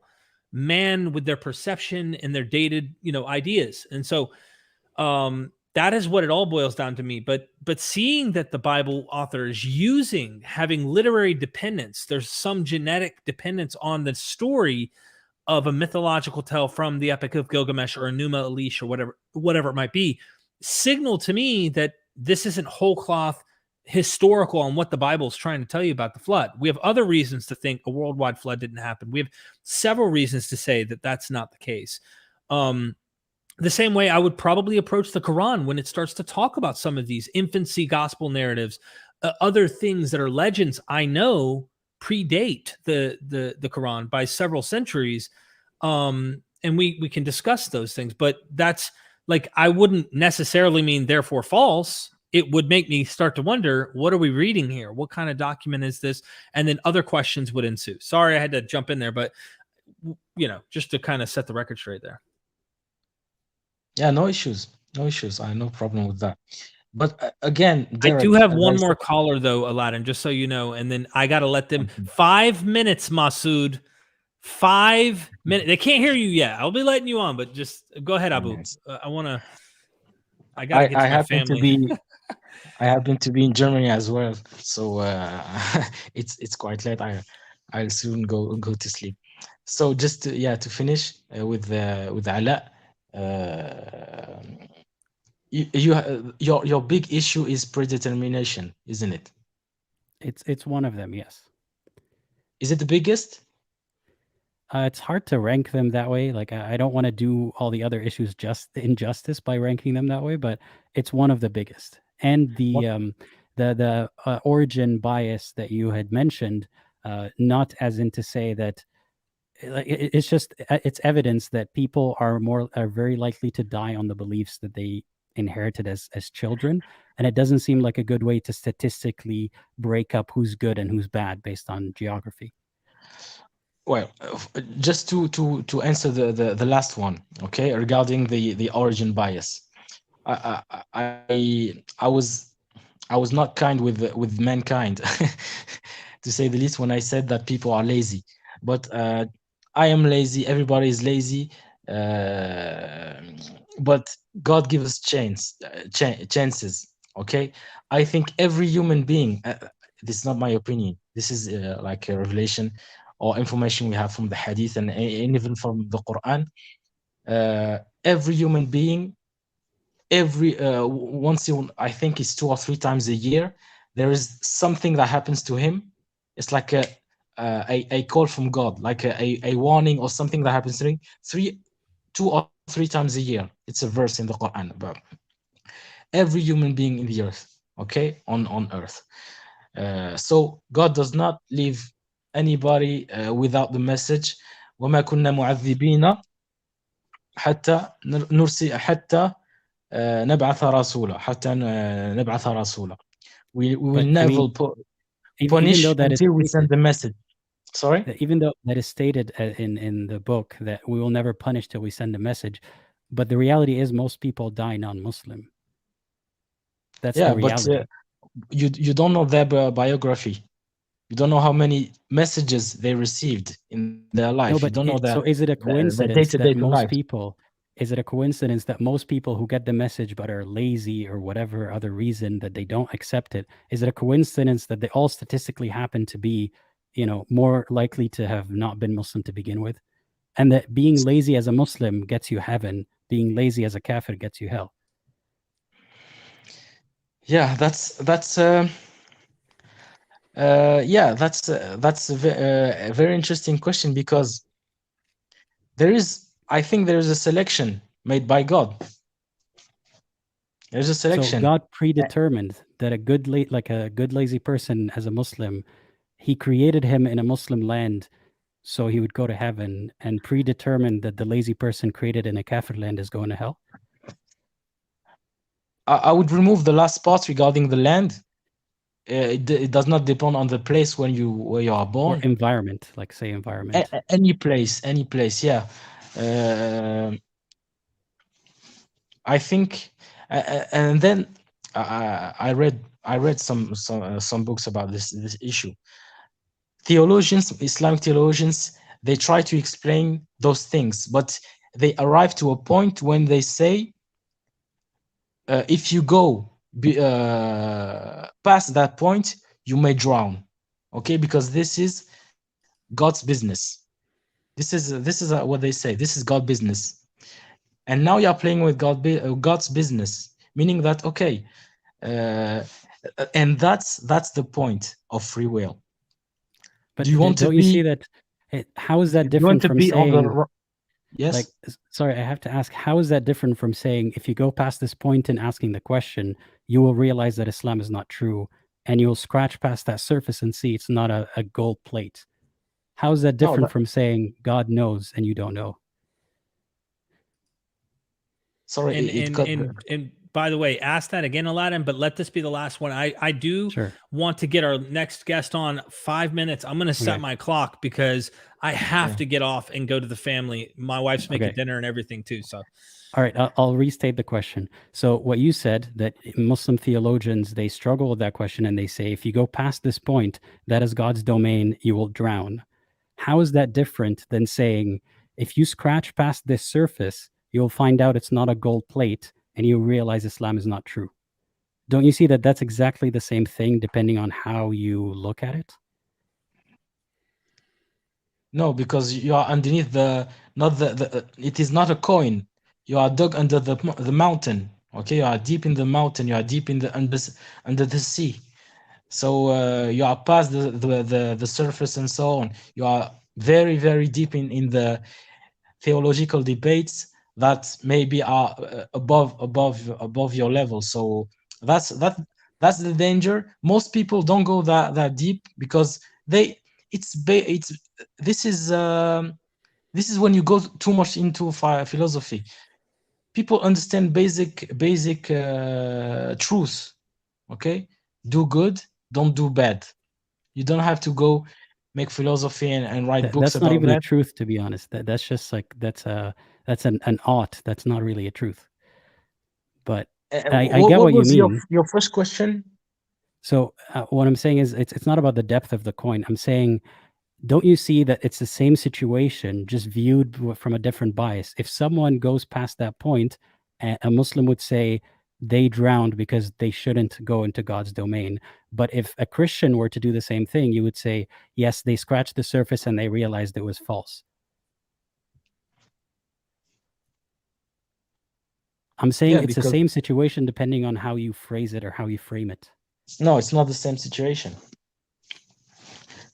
Well, yeah, we might have to agree to disagree. I would continue the conversation, but I know Derek yeah, has look, to go. But if we had more time, I'd be cool. And I feel bad that I'm having to only limit this to 5 minutes, but I really do have to go when I get my suit on here. But thank you, Abu. And look, I appreciate all the callers today that have been gentlemen and respectful callers. And yeah, I hope that you can do this again when we have Aladdin back on.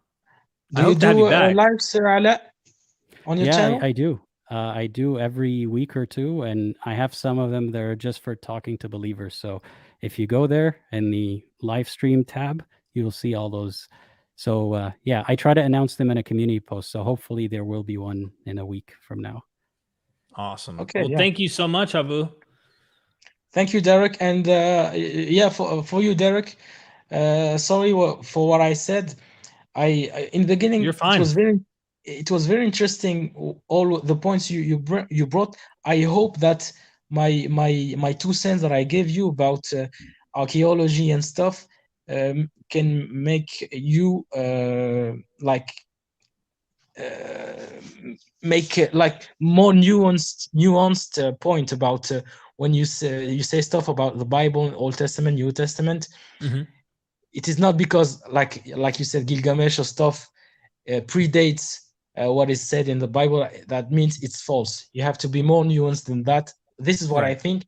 And archaeology, as I said, it is not 100% true. It has to be balanced and nuanced. That's only what I wanted to add. Thank you. I Thank you took very no much. offense. Thank you, Abu. I appreciate it, man. Have a good Thank one. you. Goodbye. Bye. Subscribe to Aladdin. We're going to bring our next guest on. And they have a camera, Aladdin. Hallelujah. I have to set my timer, and I'll say why. Aladdin, you ask questions that lead to long conversations, which are good. Second is I know Masood. I know him. He talks too, and he loves talking. So please be respectful of my time limit here, Masood. I'm bringing you on. I know Aladdin too. You guys both. All right, welcome back to MythVision. I'm setting my timer for 6 minutes because I love you guys. All right, go ahead. I love you too, Derek. I mean, you're. There is a reason why I call you champ, and I hope our relationship continues despite the whispers of the devil. Okay, so let me just break up by saying a lot of the things that Muslims bring to the table to discuss theology and religion, they are medieval. They are opinions framed by medieval scholars. There's a reason why the Quran says, Burhanum min Rabbikum. It's the proof from your Lord. Okay, so the Quran is claiming that you have to tackle it independently without the inference to any secondary sources of a hadith or any of the scholars of the past in the Islamic history. Okay, so the Quran is calling people to tackle it independently as a source of information that can be confirmed or falsified. All right. Okay, so we have to right give there. the credit. Pause real quick. Yeah. Aladdin, I know you have some say, so please have a dialogue here. Try not to be too long-winded. Okay, I'll try to be quick. So I am And always just before he goes on, I would request Derek to please bring me on with Aladdin or anybody else to make discussions like this. I'm available, champ. I'm available to come on your channel and talk to people. Okay. Thank you. Go on, please, Aladdin. So yeah, I was just going to ask. So, how do you understand the Quran without reference to hadith or sunnah? How do you know the explanation, the tafasir of everything? Because the Quran says it is a self-explanatory book. See, if you read chapter 11, in the beginning it says, ثُمَّ نُفَصِّلُ مِن لَدُنْ حَكِيمٍ خَبِيرٍ. So Allah says, I'm the one who is going to give explanations. Maybe I quoted the Arabic verse wrong. It says, Alif Lam Ra, uhkimat ayatuhu. Just because of brevity, because of time, it doesn't matter what the verse so what the Quran says is, these are the verses from God, and God himself gives explanation. The opinions in the Islamic world about a hadith come to explain the Quran is absolutely wrong. Absolutely wrong. No first Muslims in the first century. Well, because I want to make this short. So what you said is a quote to say that God explains things. But I'm talking about in reality, right? We have a book, we have stories that are missing huge chunks in the middle. We don't know the context, Surah Al-Kahf, Musa and Al-Khidr. The story starts from the middle. The guy lost a fish. It doesn't really even talk about what's the fish, what's it about. How do you know this background information without having the hadith? Aside from the Quran saying that it's self-explanatory. Okay, I got it. The Quran makes anecdotal points in giving you a lesson, all right? So the Quran briefly makes a point, and that point is sufficient to give a lesson, whatever God intends to give a lesson. So the Quran, actually, any of the stories, even the story of the fish, there is sufficient guidance there. You don't have to look for additionals. You don't have to go and prod the Bible to pull out the story of Moses and try to explain it. You don't have to. Whatever the Quran gives the information, that is sufficient to make a point. Yeah, go ahead. That is not exactly true, because the moral of the story had nothing to do, for example, with the fish in Surah Al-Khidr. With the story of Al-Khidr. The fish had nothing to do with the moral of the story or the events that were more. Yeah, but here's my point.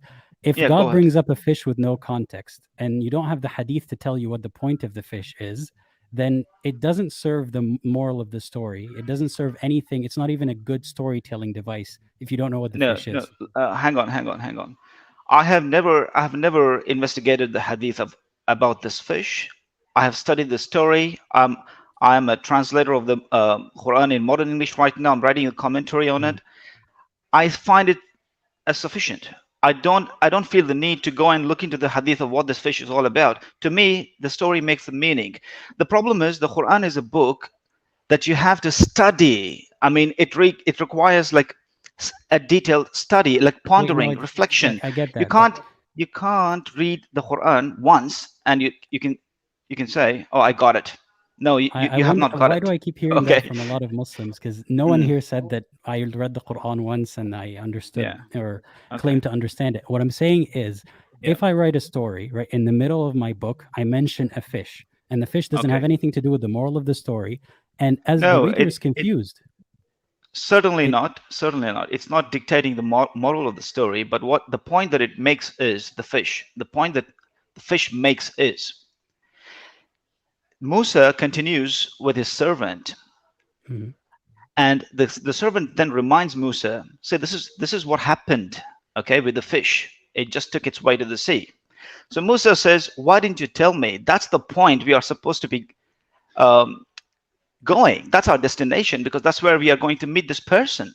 So that's the role of the fish taking to the sea. You don't have to investigate more on this fish in no, I any mean, of the hadith. if I told you a The story, role yeah, of the fish, it was just to point out that that's the destination where they have to wait for this to meet this man. Okay, that's all. but that's not clear from the Quran without looking at the Why hadith. not? I've never looked into the hadith. I'm giving you the story from the Quran. I've never looked into the hadith. What I'm saying is hadiths are redundant pieces of material. They're redundant. Gentlemen, And if you Timer is guys, up. okay, timer is up. I'm going to be making my last point. If you guys spend your time on hadith, what I'm calling is, it's a waste of time. You will go nowhere. And all this predestination, preordainment, all this stuff comes from the hadith. It's nowhere in the Quran. The Quran doesn't support it. Okay. So okay, So Masood, let me yeah. offer you this, because I do need to wrap things up here and I need to get to dinner. Got it. Apostate Aladdin has a YouTube channel. He does live streams, call-in shows also, where you can come on and have I conversations. have sent him emails previously, but I got no response. Yeah, Well, sorry, just- I I've don't sent- check my emails very often, but I do have those Yeah. live streams every couple of weeks. So you can, I'll post about it on my community posts, and then you can 15 minutes in advance. I put the live link, the StreamYard link up. So you're welcome to join the next one. Yeah, and I pinned his stuff in the comment section for everybody to subscribe, so you can go and have a conversation with Aladdin. Aladdin likes conversations. He's not in. What about you, Derek? What about you? Don't you like to talk to me, Derek? I'd rather have ex-Muslims, honestly, talk to Muslims, and the Derek, reason there is some hard stuff that I want to talk with you. Okay, well, maybe someday, but I'm trying to do this, and the reason why is oftentimes you hear people who will say, well, you don't even know what Islam teaches, you were never a Muslim, so they have this advantage in that kind of way in a conversation. Look, I come from it completely secular. Like, my whole investigation of Islam from the beginning is from a non-believing, secular, historical, critical method. I'm looking at this saying, let me look at this and see, did man make this? Is this man-made? My investigation leads me to see it looks very man-made. Now, I know that you don't believe that. I understand. I know you think there's scientific miracles, but that's why I'd rather someone who knows Arabic, because how many times have I sat there and had people go, you don't know Arabic, you don't know what you're talking about. And then they're talking about a text that I can't get behind. I'm not able to investigate it, and I never was a Muslim. So I try to be fair, and I think it's important that Muslims are able to conversate with ex-Muslims, because honestly, you're probably not considered even a Muslim to many Muslims. Absolutely. I got the point. Yeah. I absolutely got the point. That's the reason why I am like not allowed in the community. No, I'm not in the Facebook of Muslim community because they throw me out. The problem is, champ, I call you champ for a reason. If the Quran or the Bible or any other religious text, if it is false, let us prove it false and let us call it a day and let us give up religion. I'm for it. But if they have substance, if there is truth in it, it is a risk that we collectively cannot afford. That's what I'm saying. Exactly My what point the is, Christians my say, point though. is, my point is, if there is truth in the scriptures, if God is real, we cannot afford the risk of burning in hellfire. Okay, but if it is false, if it is man-made, let us prove it. Let us falsify it, and let us be champs like you are to get rid of religion from the world. So I'm for it. Well, I'm trying to be unbiased. That's not quite my goal to eradicate. I'd love to see everybody. What I'm saying is this is where human beings, humankind, need to make a decision. We have this quality time in the world to find out the truth and to dispel the false. So nothing is stopping us. Nothing, nobody can stop us from do this. from doing this, right? So I mean, I like your work. To be honest, you're a champ. All right. We will do it as respectable as possible, as fair as possible, and I'm for it. I'm not here defending Islam just for the reason that I'm a Muslim or I was brought up a Muslim. Look, I have not been going to the mosque 4 years now. I've not taken my kids to the mosque. My little kid never went to the mosque. Okay, there's a reason for this. I mean, I've got a history with the Muslim community. I don't like them. All right, to be you know, outright, I don't like them because they don't like me. All right, I've got nothing to do with them. All the reason why I'm a Muslim is because of the Quran. Okay, it's because of the scriptures, the Bible, the gospel, the teachings then in there. maybe someday. So what I might do with you, Masood, because I don't debate. Yeah.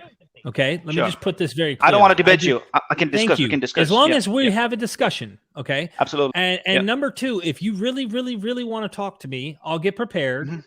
My angle is going to be: are there antecedents? Are there legends and myths in the Quran? Okay. Sure. Now I'm going to approach it this way because if the stories in this are just stories, you could still say there's truth there. Yeah.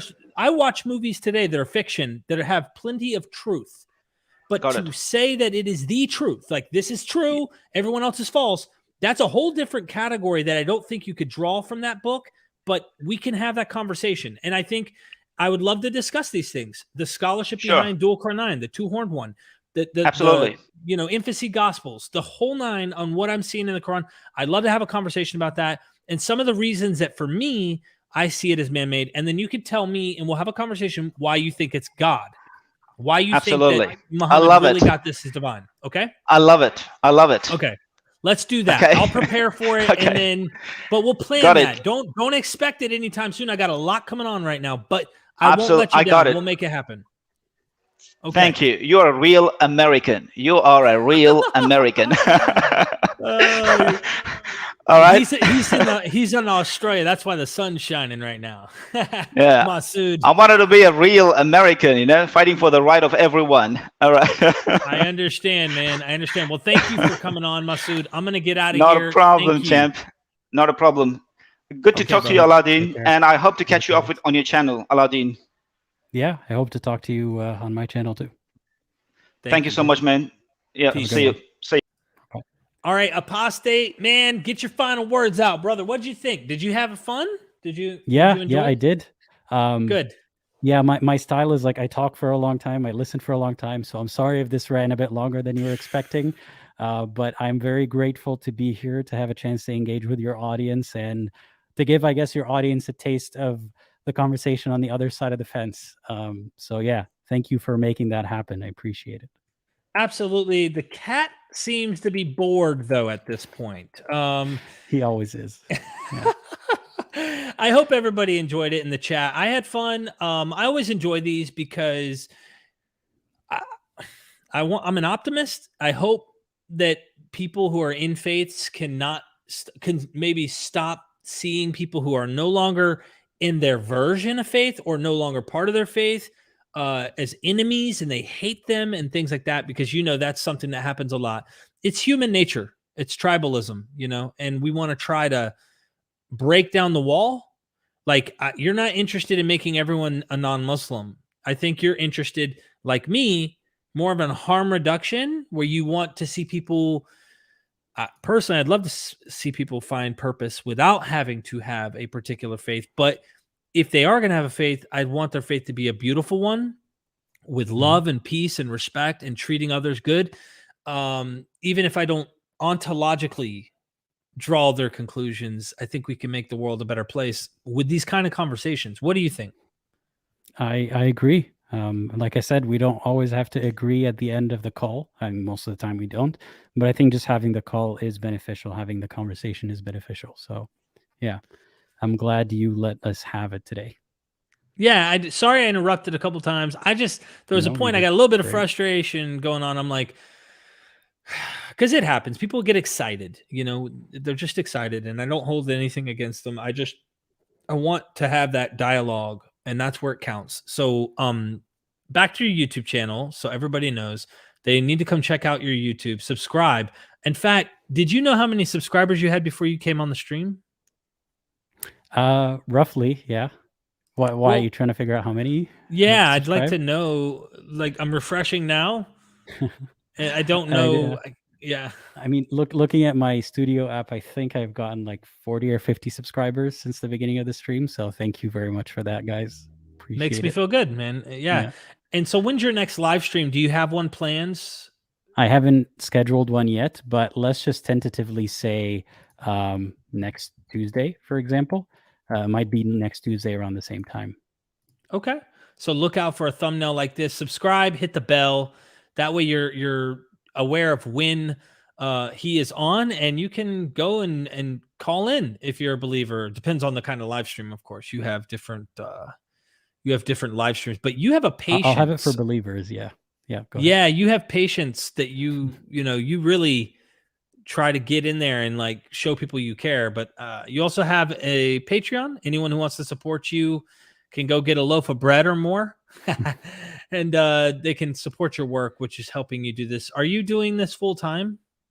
At the moment, yes, I am. And yeah, I've transitioned from doing it part-time to doing it full-time. And that's thanks to people who support me on Patreon. So if I continue to grow at this rate, I'll be able to do this again for a year going forward. So hopefully we get enough, supporters, so I'm able to do that. Well, I hope you continue to grow. I love Yeah. that you're kind and respectful in the way that you approach this. I hope you continue to do so, Aladdin. And then just a final plug on us. We got the Patreon, tons and tons of videos we've been doing. I've been editing like crazy. So consider supporting what we do if you like what you hear. If not, you can hit the like button. You can share it. You can, comment down below, show us some love. Even if you disagree with us, it helps the algorithm. And it gives Aladdin, it gives me incentive to even want to do these, because I don't have to do these kind of call-in shows. It's stuff that I like to do. I enjoy them. But, this is the kind of stuff I have to follow what makes sense to me here at MythVision. And I'm sure you do the same, Aladdin. So, I mean, I enjoy them, but I don't want to be penalized and not get likes for just enjoying them. So I'll say that I do them for the likes. So guys, please do like these streams. Right. You better like if you want us to do it. Thank you, man. Any final words, positive words from you, maybe something to encourage people or? Yeah, I got to give, again, a thanks to all the callers who called in today. None of them were really belligerent or rude in any major way. I know at some point we might have been talking past each other, but I never took offense to any of that. So yeah, I just want to make it clear to any people commenting that these calls didn't go well. I think these calls went fantastically.